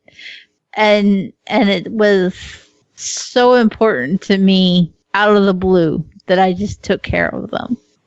That says a lot for storytelling. Yeah. When you go from, I don't know why I'm supposed to give a fuck about you, to, holy God, wrap them in bubble wrap and save them, please. I will say, though, that gameplay-wise, narratively, my decisions mattered more, but overall gameplay mattered less. Does that make sense? Yeah. For Life is Strange, the first one, I felt like I was a part of the world, and the way I changed the world mattered. Whereas with Life is Strange 2, you're more interacting with the world, but it has less of an effect. Whereas your decisions and your dialogue has a more overarching reach than it had in the first game. My cat's been climbing all over my desk. Get it? There comes mine. Can't wait for him to break something. He's like, no, I see another kitty. Must come Waller scream. That's exactly where he's going. Anyway. Cats are distracting us. This episode's long enough. And this episode brought to you by Pussies. Don't make that the title. Oh, I won't. Don't worry. And sometimes I have to remind you not to take the most obscene thing out of context. Hey, I have my good moments. Yeah. Anyway, Life is Strange 2 that was provided to us by Square Enix for the purpose of this review. Speaking of... Squeenix. Yeah, I was going to say speaking of dicks, and then I was like, I can't really say that, but then there's a whole segment of where, like, the one they're playing a dice game. This isn't a spoiler for anything, but they're playing a dice game, and the one says, "Well, if you win, you can draw on my backpack, and if I win, I draw on yours." And the other one goes, I'm just going to draw a dick. And I was just like, that might have been the part where I decided to care. Maybe that's the magical moment. That might have done it. Oh my Lord. Suddenly, you are redeemable. Oh, so what goes down in episode 4, which is the newest episode that just released? I don't know how to tell you any of it without giant spoilers fucking everywhere. Oh boy. Yeah. And I that's the problem. Like, that's one of the things about Life is Strange 2 over 1. Like, with 1, I could be like, oh, you did this and had this, and it was, even though there were a lot of different potential ways that circumstances could go, it generally broke down into 1 or 2 options at the end. And Life is Strange 2 doesn't do that. There are so many more different paths where things can go. And it's almost like I don't know how to tell you any of it without spoiling literally everything. And that's a little scary. That's why I was trying to focus so much of the review on your narrative choices are much more important. Well, then tell us, at $40 for the season or $8 per episode, is this series worth diving into right now? I know you said it had kind of a slow start for you, but it seemed to really grab you. It definitely ramps up, and it will definitely pull at your heartstrings. I got all soggy over the first game, and even before the storm, had a few weepy moments. But I don't think that Life is Strange 2 has let my emotions up at all. The entire, well, like I said, the first part really took some time for me to get into, but once I clicked over and became attached to this story, I don't think I've had an emotional break playing this entire game. Wow. And to me, that's what you want from Life is Strange. And it is so well written and so well put together, and everything is just stunningly beautiful. And there's not a moment that you're not happy that you're playing it. Even though it's ripping you apart, you're just like enjoying it. I'm here for each fucking second. And that's pretty high praise, considering that I didn't think I was gonna get invested in it at all. No. So yeah, it's absolutely worth it. I'd definitely give it a buy it. All right. Well, next game to talk about is called Decay of Logos, developed by Amplify Creations, published by Rising Star Games, released August 30th on Xbox One, PC, and PS4 for $19.99. Will be out for the Switch soon as well. Got delayed a little bit. Immerse yourself in the world of Decay of Logos and unravel its mysteries. Explore old dungeons, battle unforgiving foes, and journey through a vibrant, interconnected fantasy realm with your mystical elk companion. Cole, tell us about Decay of Logos. So, Decay of Logos is unapologetic about its Legend of Zelda inspiration. Like, it's all over it. It wears it like a suit of armor that it shines up so everybody sees it. You play as a white-haired elf named Ada, and it is an open-world RPG adventure. There's not a whole lot in the way of dialogue. You will occasionally run into other people that you can communicate with, but there's not, massive amounts of world building going on here. It's mostly you explore, you adventure, and shit happens, and you don't necessarily learn why it does or doesn't. It's just what it is. The difficulty in trying to figure out what's actually going on with the game's narrative, though, does not hold a candle to the actual difficulty of the game. Oh, God, yeah. Here's the thing. I know there are times that I bitch about difficulty in games. And I know that people probably think I'm one of the whiniest bitches ever as far as that goes. But Decay of Logos does not give a fuck about you. Okay? okay? Fun story. The first time I played the game and I went past this one path, I took a left, I opened a treasure chest, and then a little onion enemy popped up. Fucking. I got one-shotted. Yeah, I know what that means. One-shotted by the first enemy I meet in the game. One shot, killed, dead. Over. So here's the hitch with this. The combat is incredibly wonky, but not in that janky, broke kind of wonky, but in that they made some bad design decisions wonky. Your right trigger is your heavy attack. Your right bumper is your more light attack where you're a little more speedy. Both of these will eat the fuck up out of your stamina no matter what you do. When I started playing initially, excuse me, I had to hiccup. So I leaned away.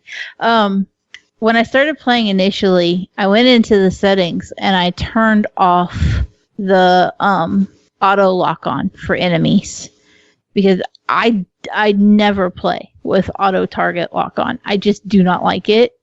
I died like 7 times just right away. I didn't die to the onions first. I died to a wood dude. Then the onions. Then the onions. Because I've got standards. I don't. Low as they may be. But here's the thing. I could not, no matter what I did, I could not hit any of the enemies until I turned on the lock. And that pisses me off. Because you should still be able to manage a game and play it with the lock off. And I don't think you can with Decay of Logos. I just do not think you can. I desperately tried. And it didn't work. Like, Ada just fumbles around like a fool, swinging every which way but left and hits absolutely nothing. Yeah. And I was like, why does it do that?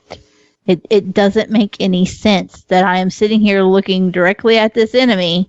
I rear up my weapon, and it takes for fucking ever to unsheath your weapon and go after somebody in the first place. If you don't just straight up, like, already have hit the LB button to unsheath your weapon, you're fucked. Oh, yeah.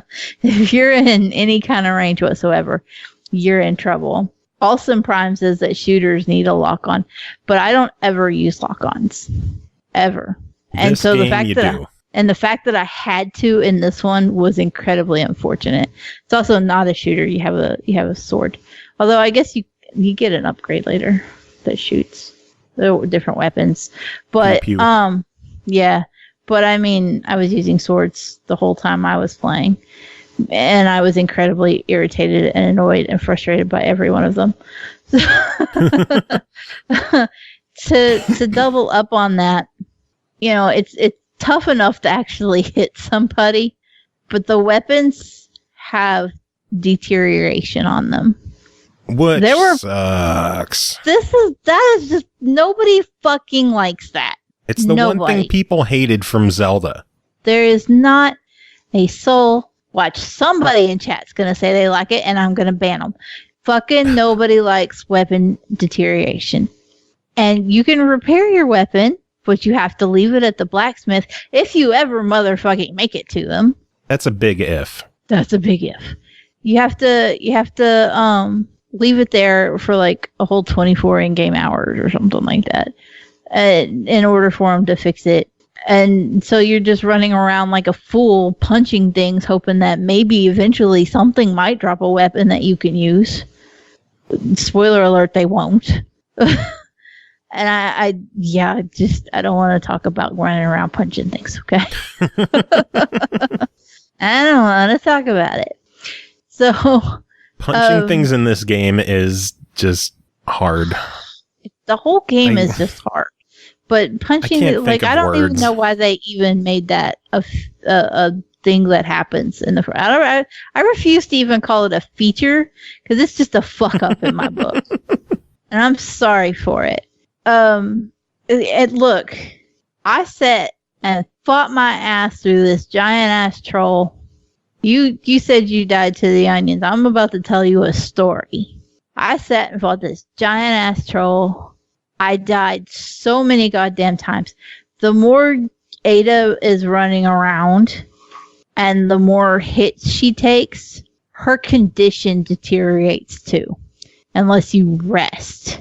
She legit has to sleep. So, the more you die, the faster that deterioration happens. To the point that she walks around holding her side and you can't sprint and enemies are more aggressive because they sense that you're weak. Yeah. This is stupid.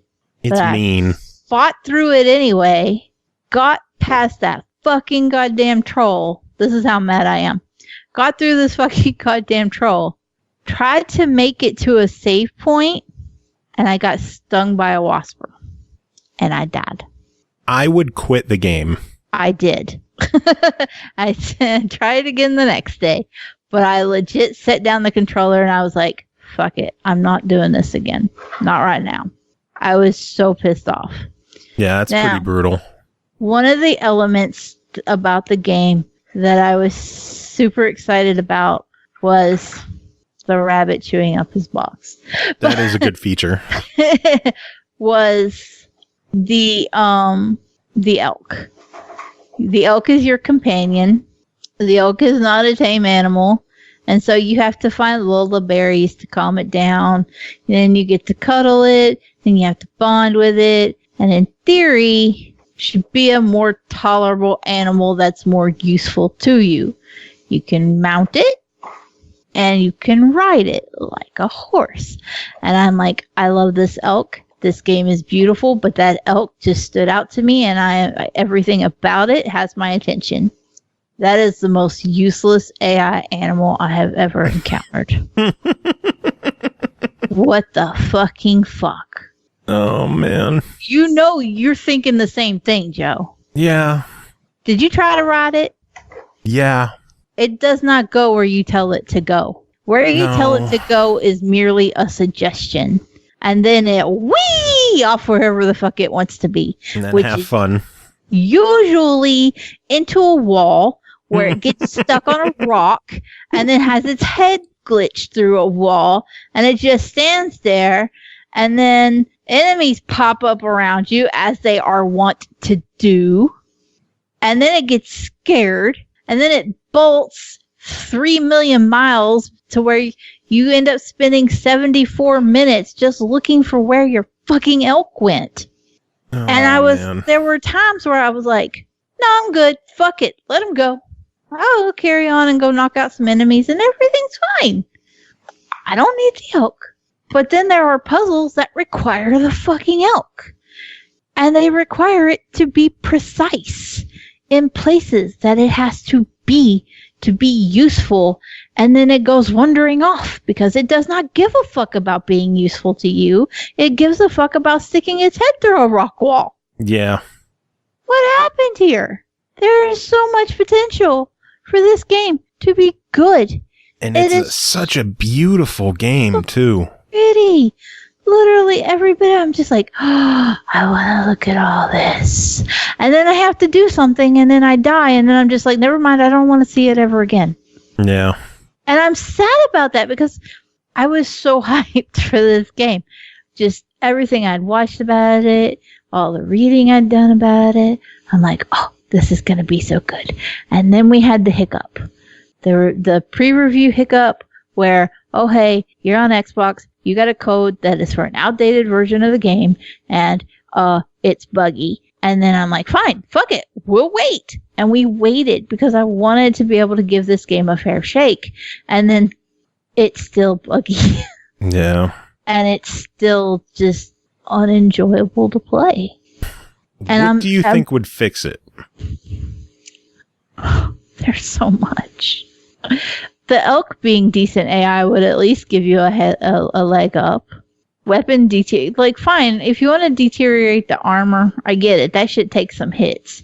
But weapons shouldn't fall apart every time you hit an onion. I got kitchen knives I haven't sharpened in 40 years. They don't deteriorate when I chop an onion. There's no excuse for these big giant broadswords to be going kaput. Your stamina not decreasing so fast when you're going into a fight. Like, there were so many times I took bullshit hits because I just didn't have enough stamina to get all the way back after I hit them once. It's either take 74 minutes to take out a generic enemy, or go into it, use up all my stamina, and just know that I may or may not make it out alive. Yeah. And that's not fair gameplay. It's not encouraging. It's not a challenge. It's just bullshit. And that's sad. I don't want to say it like that. I had high hopes for the game, and I just feel really let down. Well, then $20. Let's hear it. I give it a deny it. Being pretty can't save it. And I'm sorry. Oh man, I know this is a bummer. I was looking forward to this one too. Everyone was comparing it to Breath of the Wild, and it's just too unforgiving. I can understand the desire for hard games. Fucking fruit fly in my face. Oh my god. Seriously, I hate fruit flies. At least they're not onions and wasps. True, they can't kill me in one hit. But it's just disappointing that Decay of Logos isn't what I wanted it to be. And I'm hoping that they don't give up. I hope they work on it and patch it. And if there's any significant updates to the game, we'll be sure to revisit it. Absolutely. I do it a million times. I hate giving out denials. I say it every time I have to do it. And this isn't my only one tonight either. And for the love of God, please just work on the game, because you've got a good concept and it's fucking pretty. Now just make it fucking work. All right. Well, next game to talk about is called Pirates of the First Star, developed and published by Dynamic Voltage Games. It released August 27th on Xbox One for $19.99. The king is broke. Out of desperation, he rallies his illegitimate children in hopes that they'll help him find the legendary First Star treasure. Unfortunately, only one decides to help. This sends Zach, that's you, on an adventure to unravel the mystery of the First Star treasure. Cole, tell us about it. This is one of those games that when you first look at it, your reaction is, what the fuck even is this? And I'd like to tell you that your mind will change as you play it, but you're still gonna keep saying that. Not necessarily as a negative way, just that's what you're gonna say for the whole duration of your time. Yeah, there's a lot of what the fuck moments in this game. It's so quirky. The visual style, it borders on being intentionally bad to the point that it's good. There's like this, it almost looks like they took like stock photos, like the hair in particular on these. Okay, the bodies are all rocks for starters. I couldn't decide at first if they were rocks or chicken nuggets. I'm still not entirely sold on the idea that they're not chicken nuggets. I think they're claymation, but I also think they're chicken nuggets, but I'm pretty sure they're supposed to be rocks. They're chicken nuggets in my mind. So they have yarn for hair though. And like, I'm pretty certain that these guys just Googled stock photos of yarn and then crudely photoshopped it into the shape of hair. And it's good. It's so bad. It's good. And it's just like meme levels of goofy, and I'm okay with it. I wasn't initially. Like my first hour with Pirates of the First Star, I really had that mentality of, I can't tell if this is bad or if this is meme bad, so it's good. And like, I had to just keep pushing through the weird to be like, no. I thought the visuals were charming. I thought it was a really unique, cool style. They're quirky, but they're also really hard to explain without explaining that they're supposed to intentionally look kind of bad. Yeah. Like, there are elements of some of the characters with their yarn hair. Like, you can see where they've used the select all to remove a white background. And so it's still got that, like, pixelated white hair. And they didn't go in with no Wacom tablet and clean that shit up. And it's funny because it's bad, but it's good. You know? Yeah. But it's super creative at the same time. Like, I never would have thought to have made their chicken nuggets. I don't care what you tell me. Okay, chicken nuggets. Sentient chicken nugget rocks wandering around with yarn hair in pirate outfits, trying to just get some goddamn gold in their life. So what is the gameplay in there? This is where it's a little weird. So you have like a 2.5D plane and this semi-open world that you can kind of explore in this element. You can go to all kinds of different scenes and interact with different people, get different stories. There are combat elements, and this is again one of those quirky, weird, couldn't decide if I liked it at first and then somehow it panned out kind of things. But the combat is basically Tetris. Only instead of regular blocks, you've got gems, so that, copyright. No, it's not like Tetris. It's more like Puyo. It is more like Puyo. Puyo is also Tetris. I don't care what you tell me. The whole idea is colors of the same, all touchy, so they go poof. That's Tetris in my world. That's Puyo. Tetris is lines. Yeah, but in some of them, you want to get the colors, too. You get bonuses for the colors. In Tetris? No. Some of them. And, like, knockoff Chinese Tetrises. Okay, maybe those. Which I was poor, and that's what I played. So, there you go. It's Tetris. Oh, God. Anyway. Okay, so for Joe's sake, we will compare it more to Puyo. But basically, you want to make large combinations of colored gems. And then you will earn boulders that you can drop on your opponent. One of the things that I loved about this, though, is that it lets you know you can interact with anybody at any point. If they've got an exclamation point over their head, you can combat them. You can battle them. It'll tell you how much XP you're going to get, tell you how much gold you're going to get. And the color of the exclamation point tells you their difficulty. So if it's green, it's easy. If it's yellow, it's hard. Or, medium. And then if it's red, it's hard. Yeah. I was surprisingly going in and, like, knocking out the yellow and the medium without any upgrades or anything. Because I was an idiot and the game doesn't tell you that you can upgrade yourself. Like, I knew I was leveling up, but I couldn't find where the XP was. I couldn't find any kind of shop to level up. And I'm like, I guess it's just a generic placeholder number and doesn't make a difference. But it does, because you can get diamonds. And if you trade in diamonds and gold to the blacksmith, he gives you diamond dust. And then you use the diamond dust to upgrade your attack and how many potions you can carry for your health. And how fast you earn boulders so that you can make life miserable for whoever you're fighting against. I was level 9 before I figured out I could do that. I am so proud of you. But I was kicking people's asses, so it was fine. I wasn't even a little upset about it.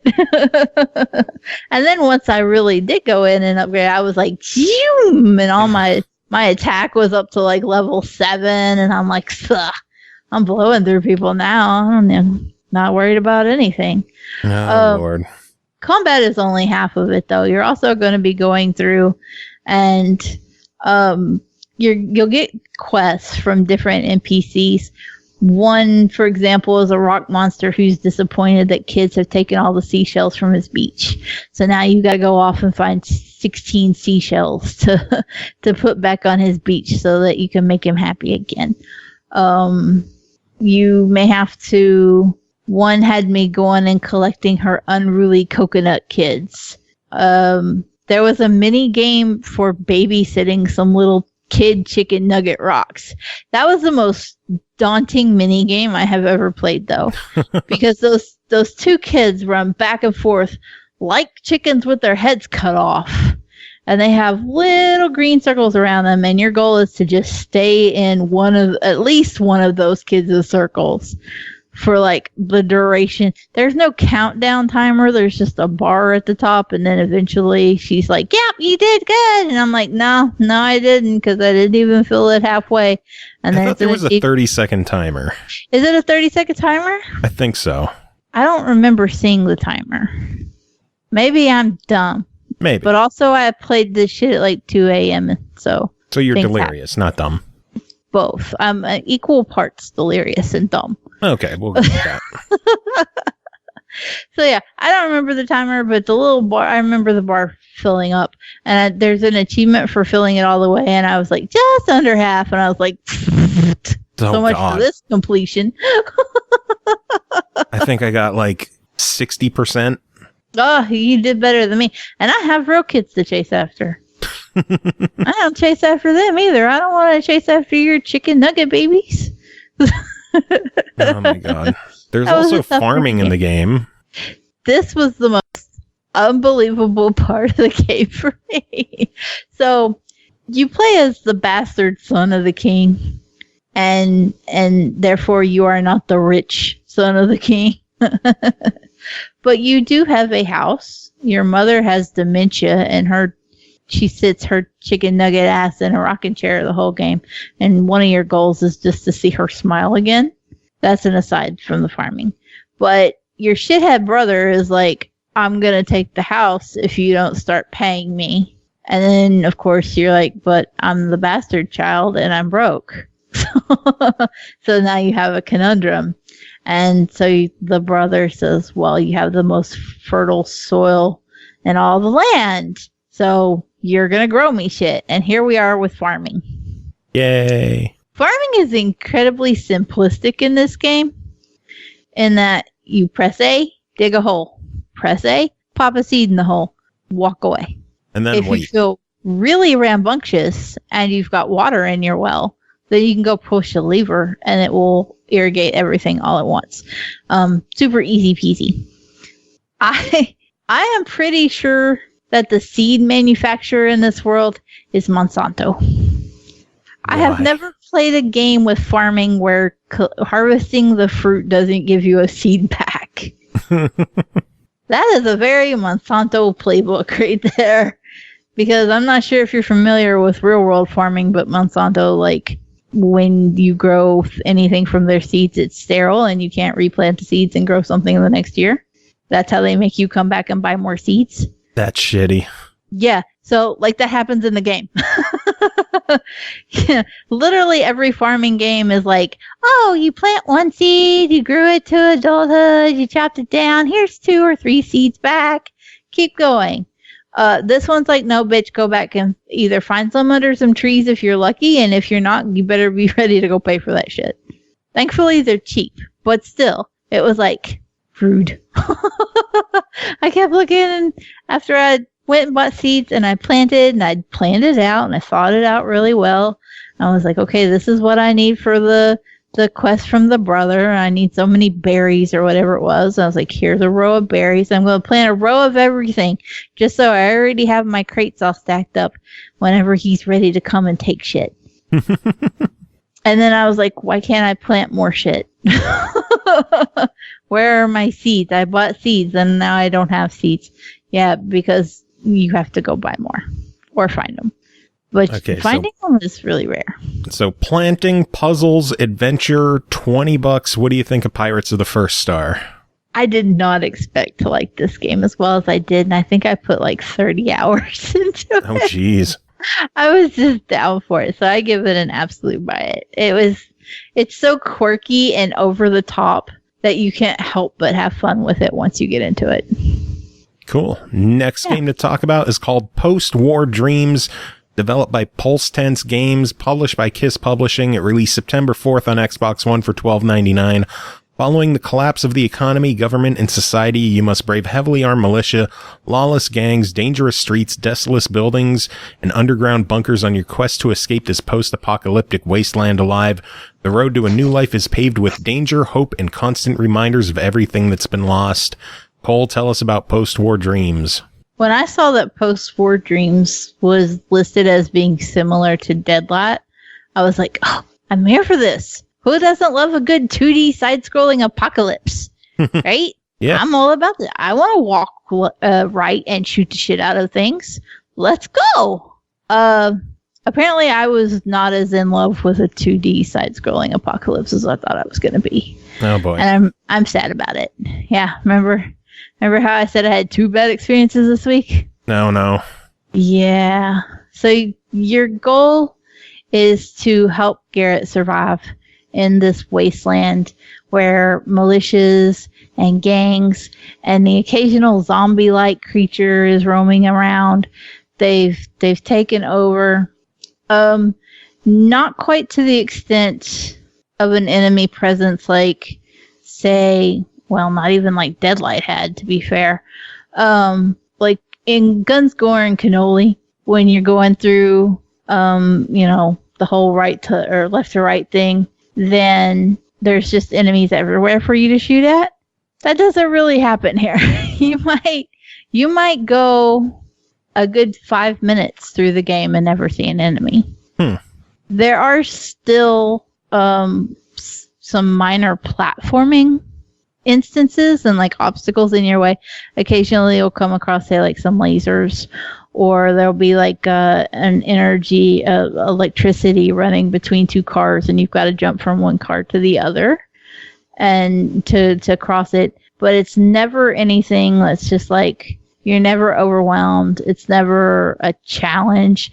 There was one point where I completely ran out of bullets, and I spent 25 minutes just running through enemies and not even attacking anything. I just jumped over them and kept going.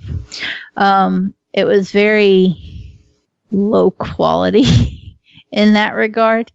And I'm going to double down on that and say that even the controls for the game itself, like, thank goodness there weren't more enemies, because no matter what I would do, there would be instances where my character was either looking straight up at the sky or straight down at the floor. Oh, jeez. And like, you could never quite line up his aim. The aiming was incredibly stiff. Normally you would fix that with sensitivity settings, and we all know on this show how much I love my sensitivity settings. Yeah. There aren't any. None. Zip, zilch, nada. I think the only thing as far as options, if I remember correctly, were volume. There are some spoken parts to the game.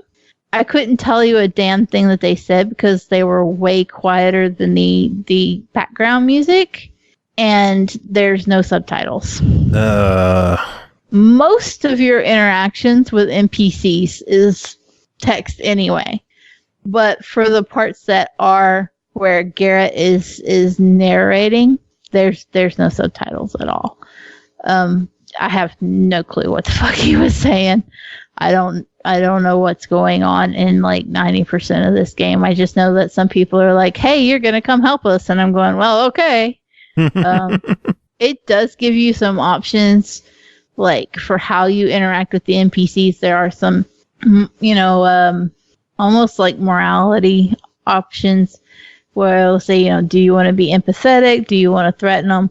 Do you want to be a lone wolf and try to survive on your own? Or are you going to hook up with this group? But it never really felt like what you said in those instances mattered. Because even if you were an asshole, she was like, well, here's your quest if you decide to do it anyway. And it's like, oh, okay, then it doesn't matter, And the funny thing about it is that the achievements pop for doing the quest for these people as soon as you meet them. So it doesn't matter, even as far as achievements go. If you do the quest, this is like, did you randomly run into this person standing in a house in the corner? All right, then. Congratulations. Keep going. Also, you don't have ammo, so just jump over everybody. It's fine. Oh, boy. It's very odd. Also, the sequences where you meet up with NPCs, for some unusual reason, the game has this gritty, low-quality look to it anyway. And in one regard, you're like, okay, I can forgive it because it's supposed to be apocalyptic. But in other regards, you're like, I can't see shit. Yeah. To top that off, though, I don't know if you've ever seen where somebody will take an image and run it through Adobe's posterize setting, where it gives it these weird fake outlines and like these gritty, odd details throughout it. But when you have a cutscene with an NPC, it's completely static in the first place. It just zooms the camera in and two people standing face to face, but they posterize it. And it just looks so weird, and you can't make out any defining features, and it just leaves you thinking that all the NPCs look the same. So that becomes a pain in the ass when one NPC is like, please go find my tablet with my pictures of my dead wife.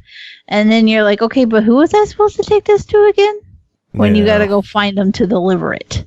There's some good ideas involved in the game as far as like, okay, go and do this kind of like help secure medical supplies for the team or take them for yourself kind of ideology.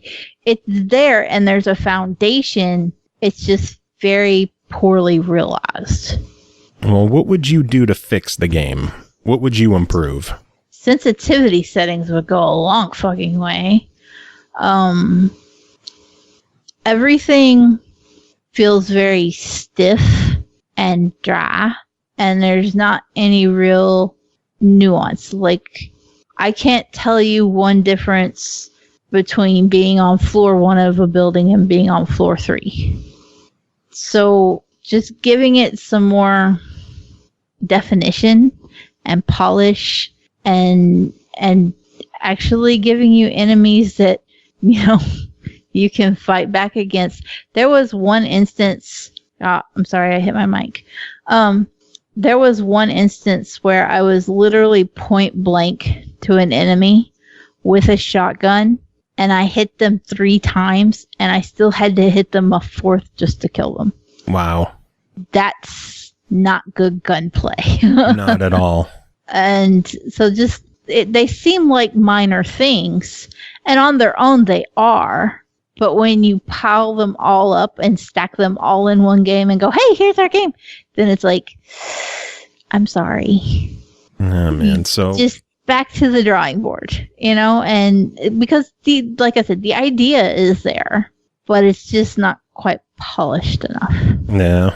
So $13, your verdict? I give it a deny it. I'm sorry. That's 2 for deny. I don't think I've had to give a deny it in months, and here we are. Yeah. And I had to throw 2 at 1 week, and I'm really apologetic about it.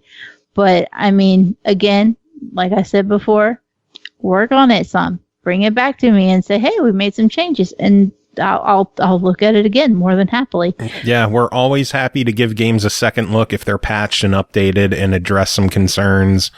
But they can't all be winners, unfortunately. No, I'm sorry. Everybody starts somewhere. Yeah. So that I always worry that like I'm going to give a game a deny it and the developer is going to be, not that my opinion has that much weight, but if I give it a deny it, I know there's probably others out there that have been pretty hard on it too. Because it takes a lot to get me to the point of where I'm like, this is done. Yeah. But I don't want anybody to a developer to ever hear a denial on a game and be like, well, I'm not meant to make games. Everybody starts somewhere. Just keep banging it out and polish it and work on it, or shrug and make something different and just accept where you are. But don't give up at the same time. And don't even necessarily give up on this, because like I said, you could make some tweaks and I could improve. So I don't know. You can give up on the show though, because this has gone way Nobody gives a fucking long. Yeah. Nobody gives a fuck what I'm saying. They stopped listening to me 2 weeks ago, let alone 20 minutes ago. Yeah. And you still have one more before Dark Mika joins us, but fuck me running. Next game to talk about is Restless Hero, developed and published by Restless Core, released September 6th on Xbox One for $9.99. You're about to be part of an adventure of the Dark Age. Follow Rick in his damned path of vengeance to help him redeem his soul. Cole, what is Restless Soul? Or Restless Hero? My bad. I was about to ask you because that wasn't the game I played. Restless Hero. So Restless Hero is about the restless spirit of our hero who has been executed after his wife was accused of being a witch. Now, in some kind of alternate afterworld where magic reigns supreme, he is trying to find his wife and uncover the truth about their deaths. His death? Did she die? She's not necessarily dead because she's a witch. We'll never know. Yeah. It's a mystery forever. It's a mystery. Well, now anyway, I've got a pensive look and I'm trying to yeah. There's so many different ways it could go. But for gameplay wise, it plays out like a 2D platformer. And it's very simple, pretty similar to any other 2D platformer you're going to have played. There are a few quirks though for this one. The level layout, I'm not even gonna lie, I thought it was a Ratalaika game. It was very much similar to how they lay out, you have 60 worlds and you can flip through the chapters of 15 worlds or whatever, 15, 30, 60. Yeah. And go through all the different levels. It very much so reminded me of a Ratalaika game in that regard. It has pixel art. So again, I was like, are we sure this isn't Ratalaika?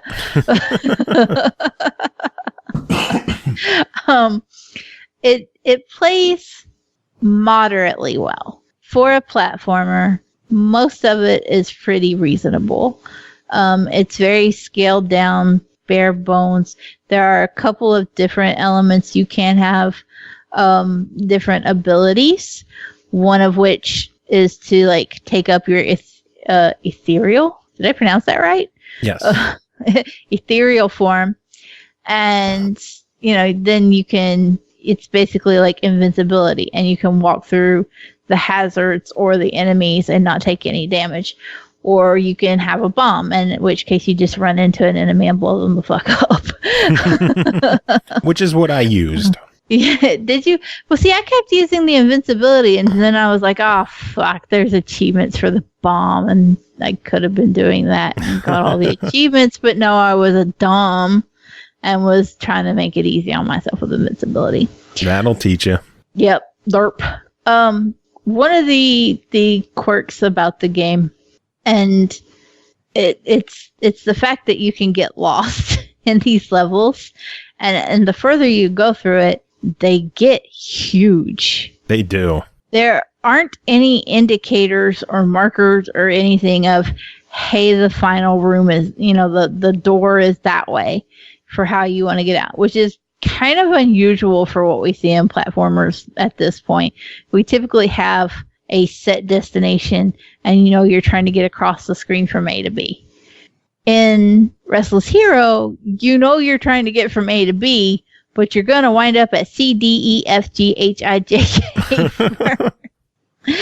And all this shit's in the middle. And it's also all entirely missable because depending on which path you decide to take, you might end up at the exit on accident. And then you'll be like, motherfuckers, that was a speed run. But it doesn't do you any good to speed run because then you got to go back because you get medals if you get all of the potions that are hiding around. Or if you don't fucking die, or all the hidden gold. And sometimes the gold is hidden behind walls that you don't know can disappear until you accidentally walk into them like a dumb. I'm like, I'm an idiot. I hit a wall. Hey, wait a second. This wall disappeared. I wasn't so dumb after all. I do have two really big gripes with the game, and they're both related to jumping. Yes. First off, there's a delay when you jump, like a noticeable, I hit the button, character waits like a couple milliseconds, and then it jumps. There was actually one point where D was making fun of me because I kept falling into this one hole. And then I finally got frustrated, and I was like, it's not me not jumping. And he's like, what? And I was like, it's not me not jumping. And I held the controller up over my shoulder so he could see me hit the button, and then he saw me fall into the hole. And he was like, oh, Yeah.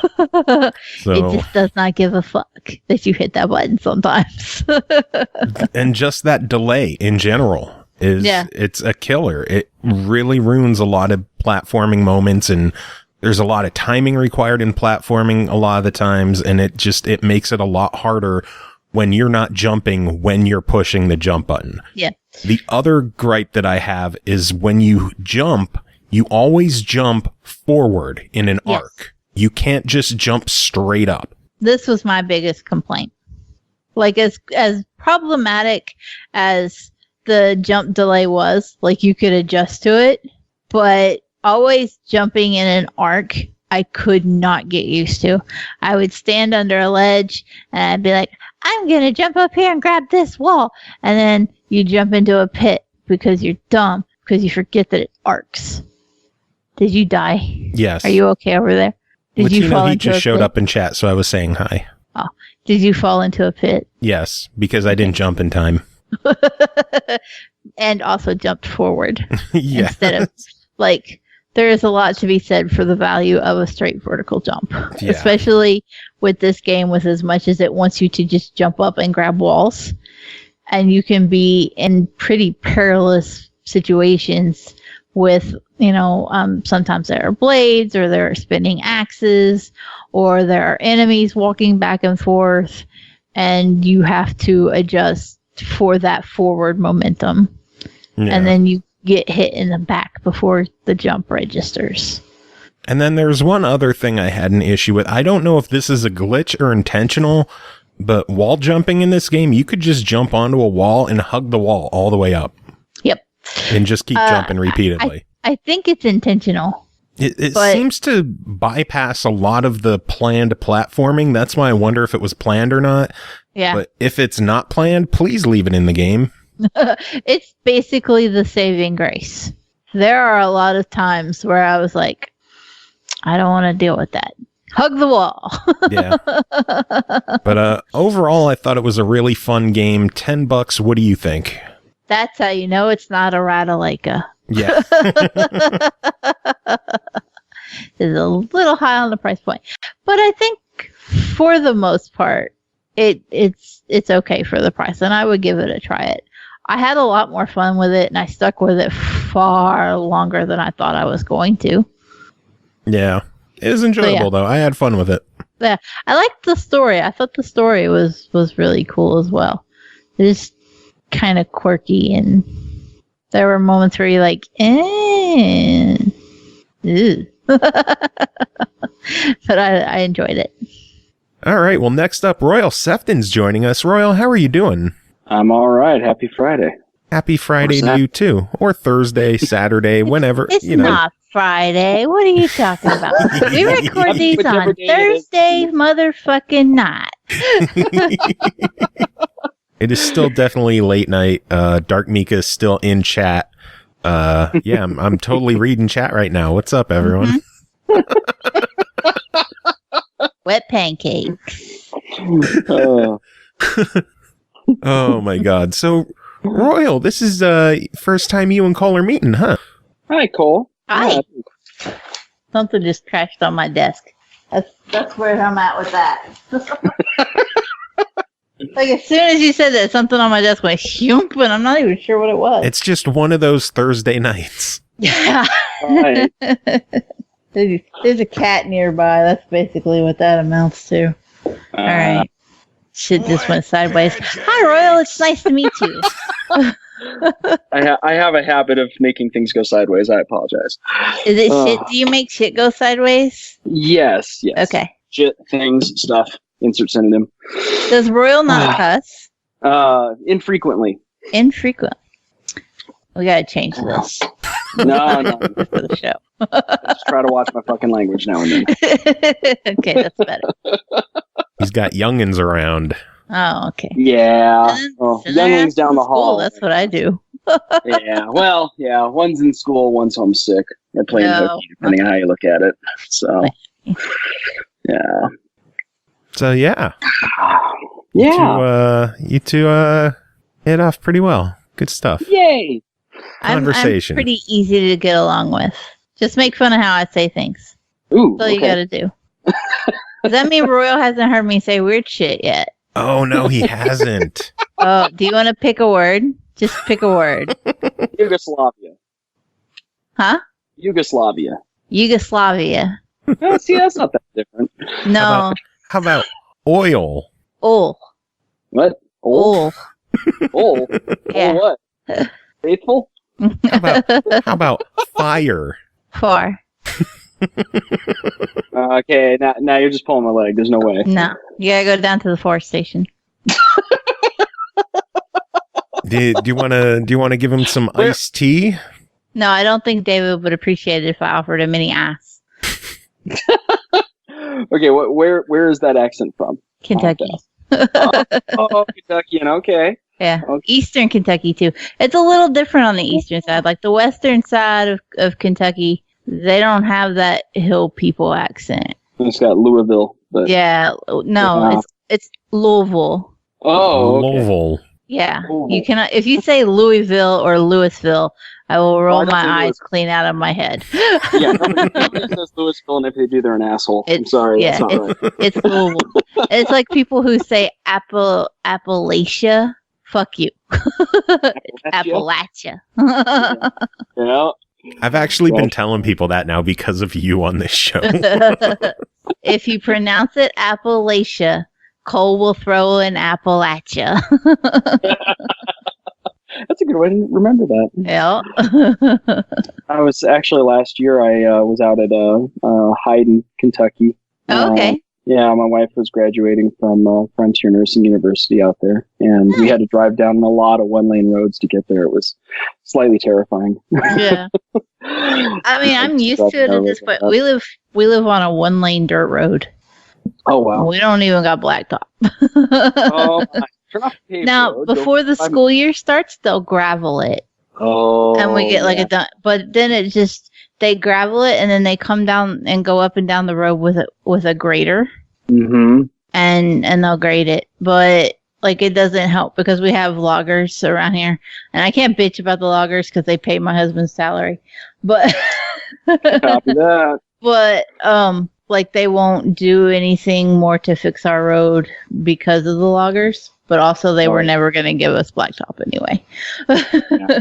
We have No, blacktop for half of the holler, but it stops at the rich people's houses. And then the rest of us poor folk are just SOL. I think I got you beat, Cole. Yeah? I have some friends. They live down in Weiner, Arkansas. Yes, Weiner, Man. Arkansas. There are some really good places with fucked up names around here. There's Twin Lick Fork. What?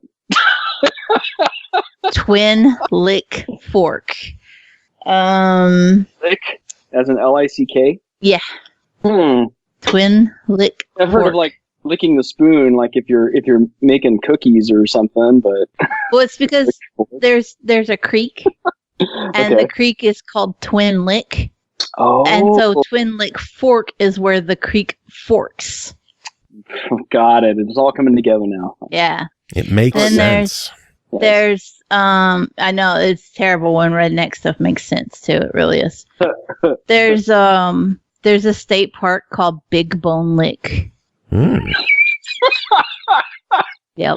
That's pretty That good. sounds awesome. And that is that's like the tar pits is what it is.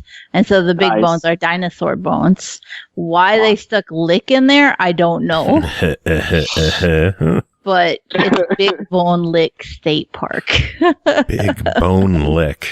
You can Google it. I've never Alright. been there though. Like it's not too far from us, but I've never been there. I mean, we have a Blue Balls, Pennsylvania, and an Intercourse, Yeah. Pennsylvania.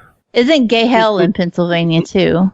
Possible. I It know- was just like Hell was the name of the city, and then a gay guy bought it and renamed it Gay Hell. And I want to say that's in Pennsylvania. I Where wouldn't be is Gay surprised. Hell? Where's Gay Hell? Michigan. No, I lied. Oh. Sorry, it's Michigan. Where- Outstanding. Where is Gay I- Hell? Michigan. I love that I Googled it and Google knew what the fuck I was talking about. But yeah, those friends in Arkansas, they lived 5 miles down a rock road. Yeah. Oh, that's what 5 gravel. miles. Excuse me, I got choked on my drink. But I'm proud of you. But yeah, it's no, we're only 1 mile down the road up here. It's like 1.1 and some change. But from the mouth of our holler, that's what it's called. Don't come down through here and call this a road. This is a holler. Holler, huh? And a holler is a road that goes between two hills or two mountains. Oh, okay. Yeah, it's a specific thing. but Educational. yeah, but so where it meets the main road, that's called the mouth of the holler.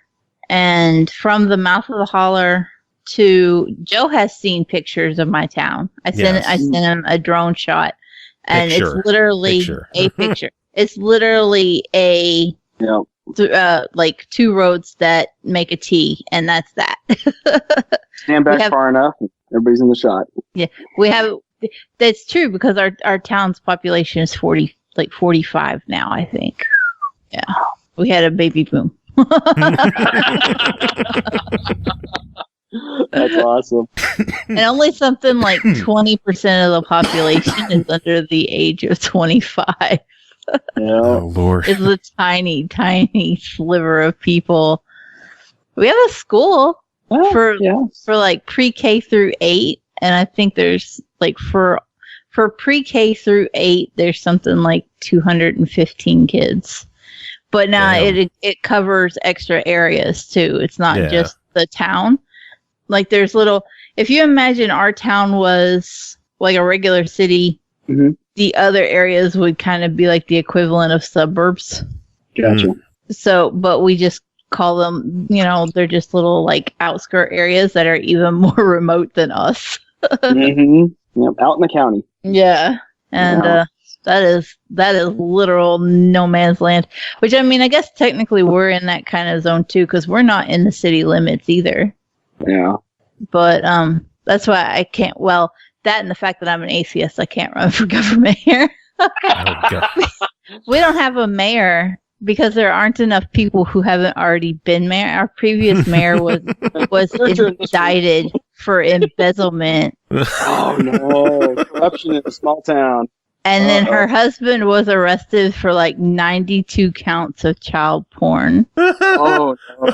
Oh my God. Then he tried to blame that child porn on his son. Oh my God. Oh my God. And also, she used to be the police chief. So she got arrested for embezzlement for being the mayor. And then my brother-in-law became the police chief, or not the police chief, the fire chief. And we don't have police in our town. And then I know where I'm gonna go on my crime spree. Yeah. And then Dee was the assistant chief for the fire department. And then that's been several years ago. Yeah, we do have a constable. Do you guys do constables? Is that a thing where y'all are? No. Yeah. Okay, so the constable is elected, and he's basically like a glorified dog catcher. He can't arrest you. He can't do anything, but he's there. And like if you call 911, they either send him or they send the fire department. Fire department. I was trying not to laugh. I couldn't hold it in. I'm sorry. That's awesome. But yeah. It's good time. It's a thing to live in this area. God. Like it's its own. It's like a third world country stuck in the middle of America. Oh, Jesus. Anyway, we're 12 minutes into this review, and we didn't even do the review yet. What's a review? We always go through this, though, whenever we meet somebody new. Like, we have to go through the whole Cole lives somewhere fucking weird. We do. And so it's just a thing, and, like, I just go ahead and start with the spiel, because I know where we're going to end up at. That just means you're part of the family now, Royal. Yay! Yep, I have accepted you. You get to hear the weird stories. You want to hear about my neighbors? I call them Dumb and Dumber. Awesome. Go ahead. Review. Yes, all right, yes. You ready? You ready, Royal? Let's talk turkey. All right. Next game to talk about tonight is called Hookbots, developed and published by Tree Interactive, released August 28th on Xbox One, Switch, PC, and PS4 for $19.99.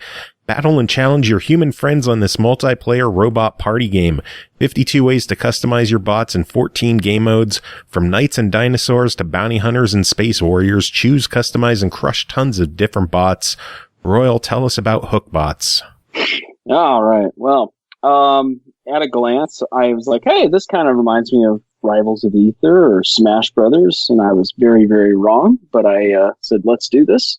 And I was pleasantly surprised to say this is actually kind of its own unique thing. So you have a solo mode, you have a quick play mode, and you have a party mode. And dollars to donuts, you're going to spend like 90% of your time in party mode on this. Single player campaign has just some challenges and some very basic stuff to kind of help you. It's more like a tutorial, really, to help you get a handle on how to control the hookbot. But quick play is just sort of a free for all against other players, and then party mode actually is this game reminded me a lot of like Move or Die, because you have all these different games you square off against each other, and there are mutators that are applied to these games. You can pick what you want to do as far as those mutators go, or you just go with whatever's available, and that's how I played it. And you'll end up with games that kind of like volleyball or soccer. Hit the ball with the hook. Of course, you can go in and cause mayhem and just like kill the opponents, and so they can't catch the ball. You get free for alls, you get team games. Everybody gets a sword, or everybody gets like an instant kill hook. The floor will come out from underneath you, be the last one standing. All these different types of like just, sort of deathmatchy type games, besides the ones where you throw the ball around. And after you finish enough of these party games, somebody will emerge victorious, and they kind of measure your overall game score by how long of a chain you have hanging down from the top of the screen. Eventually, you make contact with the floor. You're free. You can run around and kill everybody else while you do your victory dance.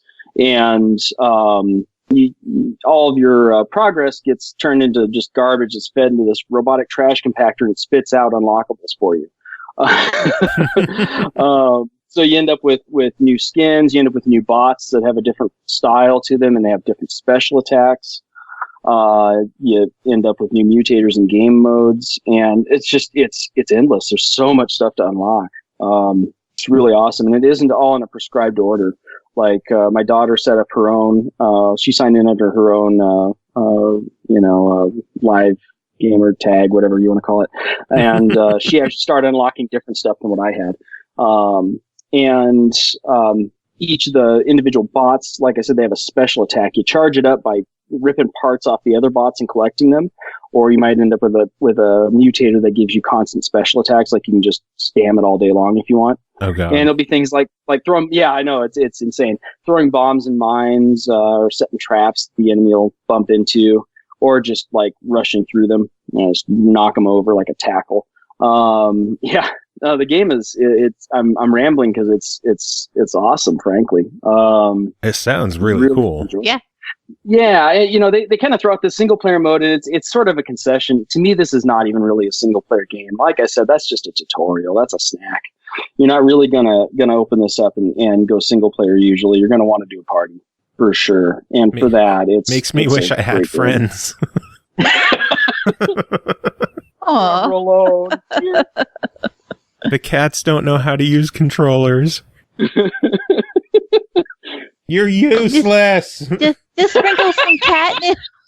Just sprinkle some catnip on them, and like they'll roll on it to be close enough. Yelling at the cat, and she's just sleeping peacefully. Awesome. Anyway, you were saying. Yeah, so it's in that big breathless ramble, I basically covered everything there is to this game. Basically, it's not a complicated game. It's very accessible and easy to jump into.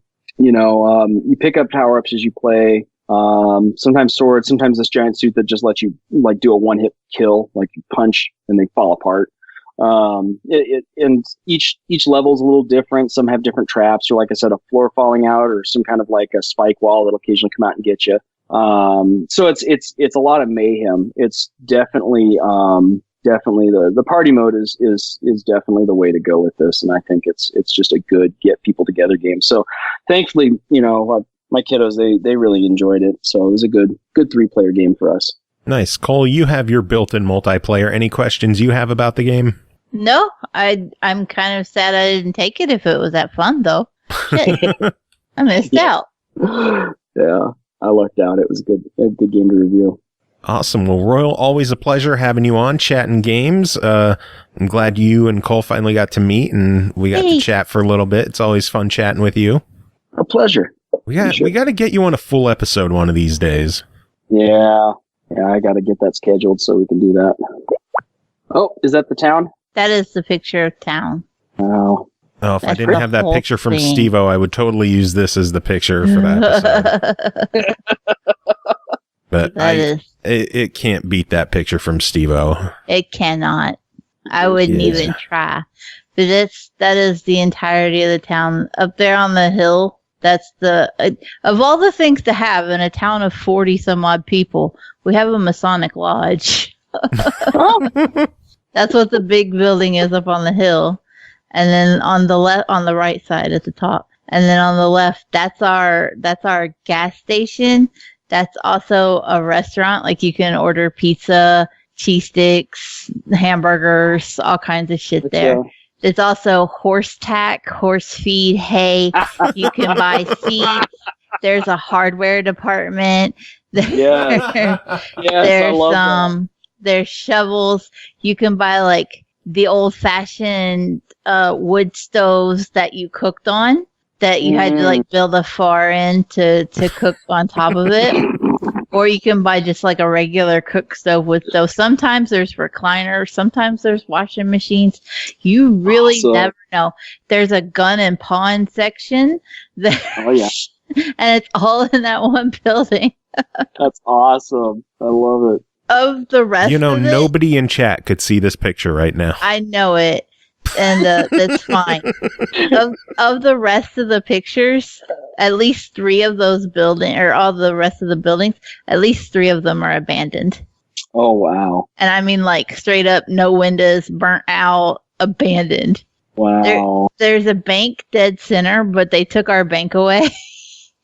It's not actually a bank anymore. They donated the building to the Genealogical Society. And they are open like for 3 hours a week. Wow. And we got a post office, but they tried to take our post office away. So our mail actually comes from the next county over. And like our postmaster goes down there and sits for like 4 hours a week, but they don't actually take our mail in and out through there anymore. Yeah, the big field is where we have the Autumn Fest activities at. It's the entire purpose of it is that it's an anti-Halloween religious festival. So you're saying it's not a good place for like Harry Potter cosplay or something? No.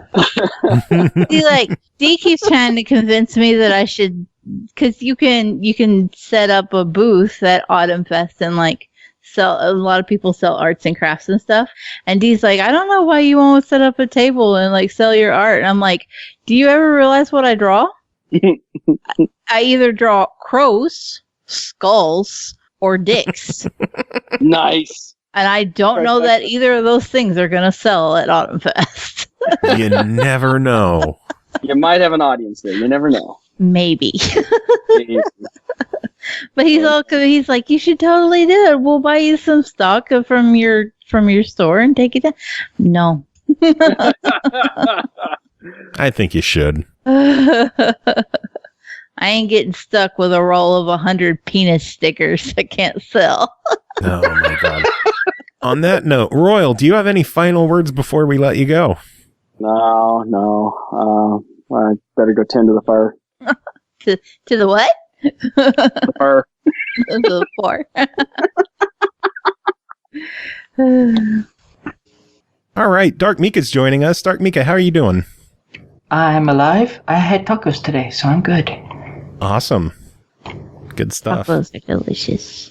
I know. Oh my god. Oh, you two. So, Dark Mika, you're here. You got 2 games to talk about. Are you ready? Sure. Yeah.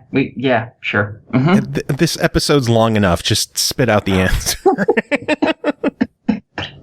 Oh my god, this episode. Friggin' Stevo throws a wrench in everything. But next game to talk about is called Gibbous, a Cthulhu adventure developed and published by Stuck in Attic. It released August 7th on Steam for $19.99. Crazy cultists, Cthulhu, a talking cat, Gibbous takes you on an expansive, traditionally animated, hand-painted adventure. Play as 3 protagonists and explore a lushly rendered Lovecraft-inspired world, unraveling ancient conspiracies, a comedy cosmic horror adventure made in Transylvania. Dark Mika, tell us about Gibbous. Wait. Before we do that, I just want to hear you say lushly rendered Lovecraft world 3 times fast. Lushly rendered Lovecraft-inspired world, lushly rendered Lovecraft-inspired world, lushly rendered Lovecraft-inspired world. He's better than I am. Yeah, I barely got it out just saying it normally. See, this shit's tough. Reading is hard. Do you do the carrot chip practice? That's what's happening, ain't it? You're practicing off. I don't like carrots. That's the point. You don't eat it. If it breaks, you fail. So anyway, Dark Mika, tell us about Gibbous. Okay, Gibbous is a point-and-click occult comedy game. It's in that it said that you play as 3 characters, but you really play as 2, and you have a sidekick character when you're playing as one of them. The main 2 characters are Buzz Kerwin, who actually he's the only person in the game I forgot the name of, and you play as him like almost the entire game. Nice. Still forgot his name. Proud of you. And yeah. And the other main character is Dawn Archetype, which is why I remembered his name. Archetype. Yes, it is a pun, and it was fantastic. The sidekick character is the talking cat named Kate, and quite honestly, that she won the game. Just period. If she wasn't in it, I don't know, but yeah. Okay, so the story-wise, Dawn has been hired to find the Necronomicon, and he just happens into a library because, libraries have books, so why wouldn't they have the fantasy book called the Necronomicon be actually real? Well, it turns out it actually is in the library, and no one knew about it until after the library gets bombed, because it just gets bombed. That's all there is to it. Nice. And yeah, with the bombing, Dawn is kidnapped, and Buzz ends up finding the Necronomicon. And he's a main character, so he takes it and he goes home, because that's what you do. You don't call the cops. You just take shit and go home. And then in his infinite main character wisdom, he decides to start reading the gibberish that is this book, and poof, his cat can suddenly talk. She's really, really not happy about that. Like at all. She is, yeah, no, fuck that shit, is her opinion of that. So she decides, you're gonna fix this. You're fucking doing it now. We're not waiting until tomorrow. We're not waiting until you go get Dawn, who you have decided after like a 5-minute conversation you're his friend now, so you want to go find him. She's like, no, fuck Dawn. Fuck cults. Fuck everything. You're going to fix this, because I don't want to talk anymore. I just want to be a cat. You stupid fuck. Wait, you understand? Wait. Does he have to fix it now? Or yes. Meow? Oh, God. I knew where that was going. I don't know why you let that fly, Aki. I don't know how I missed. Oh, man. Damn. Right, meow. But yeah, she Kitty, because that's her name, because he's a smart character, yes. She doesn't care about other people. She doesn't care about the world. She doesn't care about the evil cultist looking for the book. She really doesn't even give 2 shits about Buzz's health and safety, and he's her owner. She doesn't fucking care. She just wants to be a normal cat again. That's it. So you two go off on your little adventure to fix the cat. Because if you don't, she will probably murder you. And she won't wait for you to be asleep. She'll just fucking kill you. Well, that's all cats. Mm-hmm. Especially her voice actress is fantastic. The game is a lot of puzzles, but most of them are really simple. Most of the game is just literally just point and click, standard stock stuff. You know, it's not super amazing gameplay wise, but you can ask Kitty what she thinks of everything, and she just shits on you constantly. It's fantastic. Nice. Yeah. One of the first things you do when you get out of the house is you come across a girl. It's the middle of the night. You see a girl holding a doll. She's in all black, just standing in the street alone. And you could ask Kitty what she thinks of the girl. She's like, yeah, no. Creepy little shit in the middle of the road. This is going to get us killed. You go talk to her. You can die. It's fantastic. And the little girl's just like, I just want my fish toy that's up there because it dropped out the second story window and I can't reach it. And I'm like, okay. Well, Kitty, can you climb up there? No. Fuck you. Why should I help this little shit? I just want to, beat Cat again. I ain't getting shit for her. That is Kitty right there. She doesn't care about a little girl crying. Probably partially because the little girl's creepy to her. But still, she doesn't care about a little kid. I can't blame her. I hate kids too. But so most of the game plays really realistically when you're trying to solve the point and click issues. For instance, the girl has a doll. You need to get it to do voodoo with, and you need a couple items to make a voodoo doll. A doll is one of them. Another one is a picture, and the third one I don't remember.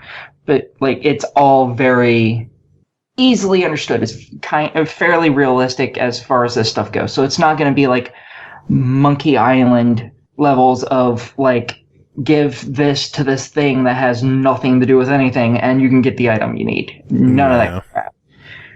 And so things are more straightforward, and they're just more realistic. Yes, and I really appreciate that. I know that's not for everybody. I know lots of people do like that old style stuff.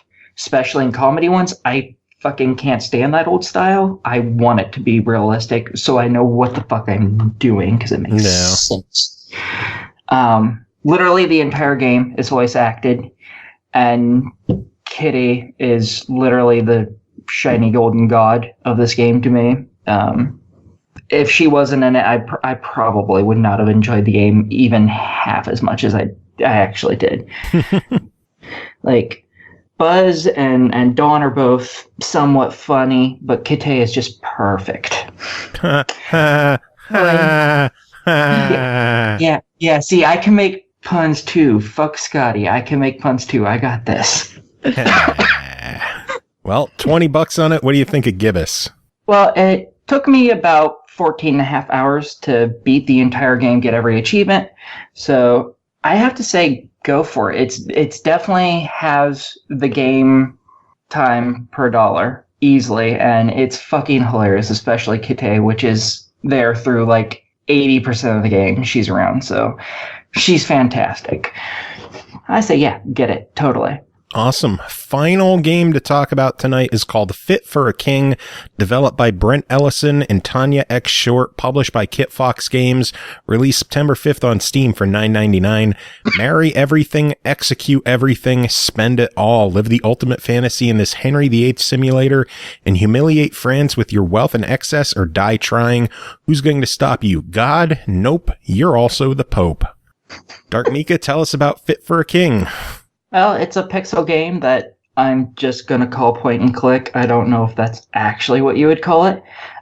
You get to name your king or queen, whichever you want to play as, and you're going to have a summit with your rival, which is where two people get together and are complete dicks and try to outspend each other because, why not have this gigantic lavish thing instead of keeping the money to, feed your people or anything? It makes sense. People are overrated. Fuck people. You can name your rival. You can also name your consort. I named my rival Shitbag and my consort Gayness because he looked hella flaming.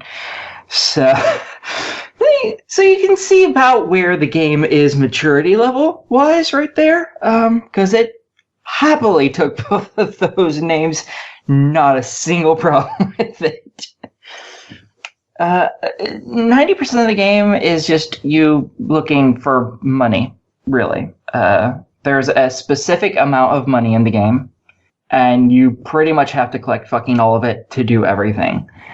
You don't need to do absolutely everything, but you have to do a good chunk of it. If you get it all done, you're better than your rival. If you get all but one thing done, you're around your rival's level, and I don't know how much room there is where you're around equal to your rival before it gets to you've gone and fucked up. The rival is so much better than you. You should just kill yourself. Because that's very much how this game treats it. If you're not better than your rival, just kill yourself, please. The game is controlled completely with the keyboard, and it requires 32 buttons on the keyboard. Jeez. Yikes. Yeah. 26 of them are the A to Z. Each one has a meaning behind it. And it's very easy to learn, thankfully, because it's part of the word that goes with it. Like X is for execute. Mm-hmm. J is for jail. I can't really remember any of the other ones because it's we know what you did to everybody. Jeez. Actually, no. I did not jail or execute anyone. I executed a lot of chests, and everyone called me a crazy queen for that, killing a bunch of people, even though it was literally just chests. Because, yes, you can execute inanimate objects. Okay. Yeah, you can also pay to become, as stated, the Pope, and reform the religion to where you can have polygamy, you can divorce, you can marry objects, and even marry animals. So, hey, you want to bang a horse? Have fun, I guess. Well, I know what game I'm buying. There's also badgers, so have fun with that, too. Badger fucking. Yeah, if it don't bite your dick off, I think you won. Oh, Jesus. You could tell this show's late. Yep. Yeah. SML After Dark. Turns from SML to S&M, I think, is where this is going. I put, I think, 4 hours into the game. Lots of that was just me faffing about, and I beat the game a couple of times. I still have not managed to find absolutely everything. I'm missing like 15 chests or something and around 1,000 gold to finish the game off completely, and it pisses me off. Wow. Yeah, it takes forever to find. You can beat the game really quickly. Like, you can beat it within an hour or two easily, getting almost everything done. I just wanted to get absolutely everything bought and be the superior of all superior, the queen of queens, the awesome. And I haven't been able to do it, and it kind of pisses me off. So I've decided to wait for a walkthrough because I know where some of those chests are, but I can't figure out how to fucking get to them. Driving me a little batshit crazy. Man. Yeah. So I did, however, create a giant harem of lesbian lovers and threw out King Gayness because I had no interest in him. And yeah, it worked. And then I did execute him in one playthrough just because I was like, he made me have sex with him at some point, I'm sure. So let's just off with his fucking head right now. Oh, Jesus. Yeah, it was good fun. Oh, I think the next thing I'm going to try and do is I'm going to load this game up later on today and see if I can execute the Executioner. Wow. Because the Executioner is actually a named NPC. Like, lots of the guards are not. They're just guard. That's it. He is named, so I'm wondering if I can kill him. Because you can kill all the other named NPCs, but no one replaces them. They're dead. They're gone. Yeah. I'm wondering if I can execute the executioner, and if I can, I wonder if he actually does get replaced. And now I have to do this because I just thought of it. Well, keep us updated, but $10 on Fit for a King, what do you say?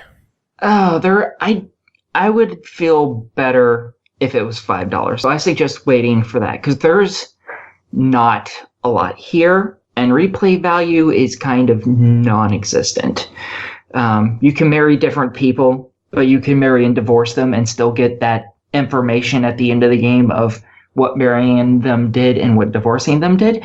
So there's no real replay value here. And there's just not a lot to do. Once there's a walkthrough, you'll be able to complete this within 3 hours without any trouble whatsoever. Well, yeah, that's if you're cheating with a walkthrough. Yeah. But so where's the fun in that? Getting it done 100%. Oh, yeah. Yeah. Look, Cole said. Look who I'm talking to. The numero uno achievement whore in existence. I've even become a Steam achievement whore, and I blame you, Joe. I think $10 is a bit much, because there's just not much here. I mean, it's walk around, open chest. That's it. Interacting with other people, they don't say very much or anything. So I say get it when it's at like $5. It's a good way to waste some time. But this is not going to be like your go-to game for fucking anything. This is I'm bored, I have a few hours to fuck around with, and I don't feel like playing anything else type of game. This is a palate cleanser kind of game. Yeah. So which is always good. Fun, but I don't know if it's $10 fun. Awesome. Well, that is it for this episode. Cole, what is your pick of the week? This is tough because I had to, like, if it were different weeks, then Life is Strange 2 would win 1 week and Blair Witch would win 1 week. But they're on the same week, and now I don't know how to choose, so they both get to be the pick of the week. What a cop-out. I know. Did you 100% the Blair Witch Project? Or whatever? No, because there's an achievement for picking up literally every piece of trash in the game. Oh, Jesus Christ! Yeah, no. Any difficulty achievements or time? No, there's no difficulty or times or anything like that. If they are, they're the secret ones, but I don't think there are. I might play this game then. Most of the secret ones are story related, but yeah, the hardest part is collectibles, and for you it would probably be the vision element, because you do have like tunnel vision with your flashlight during the nighttime sequences.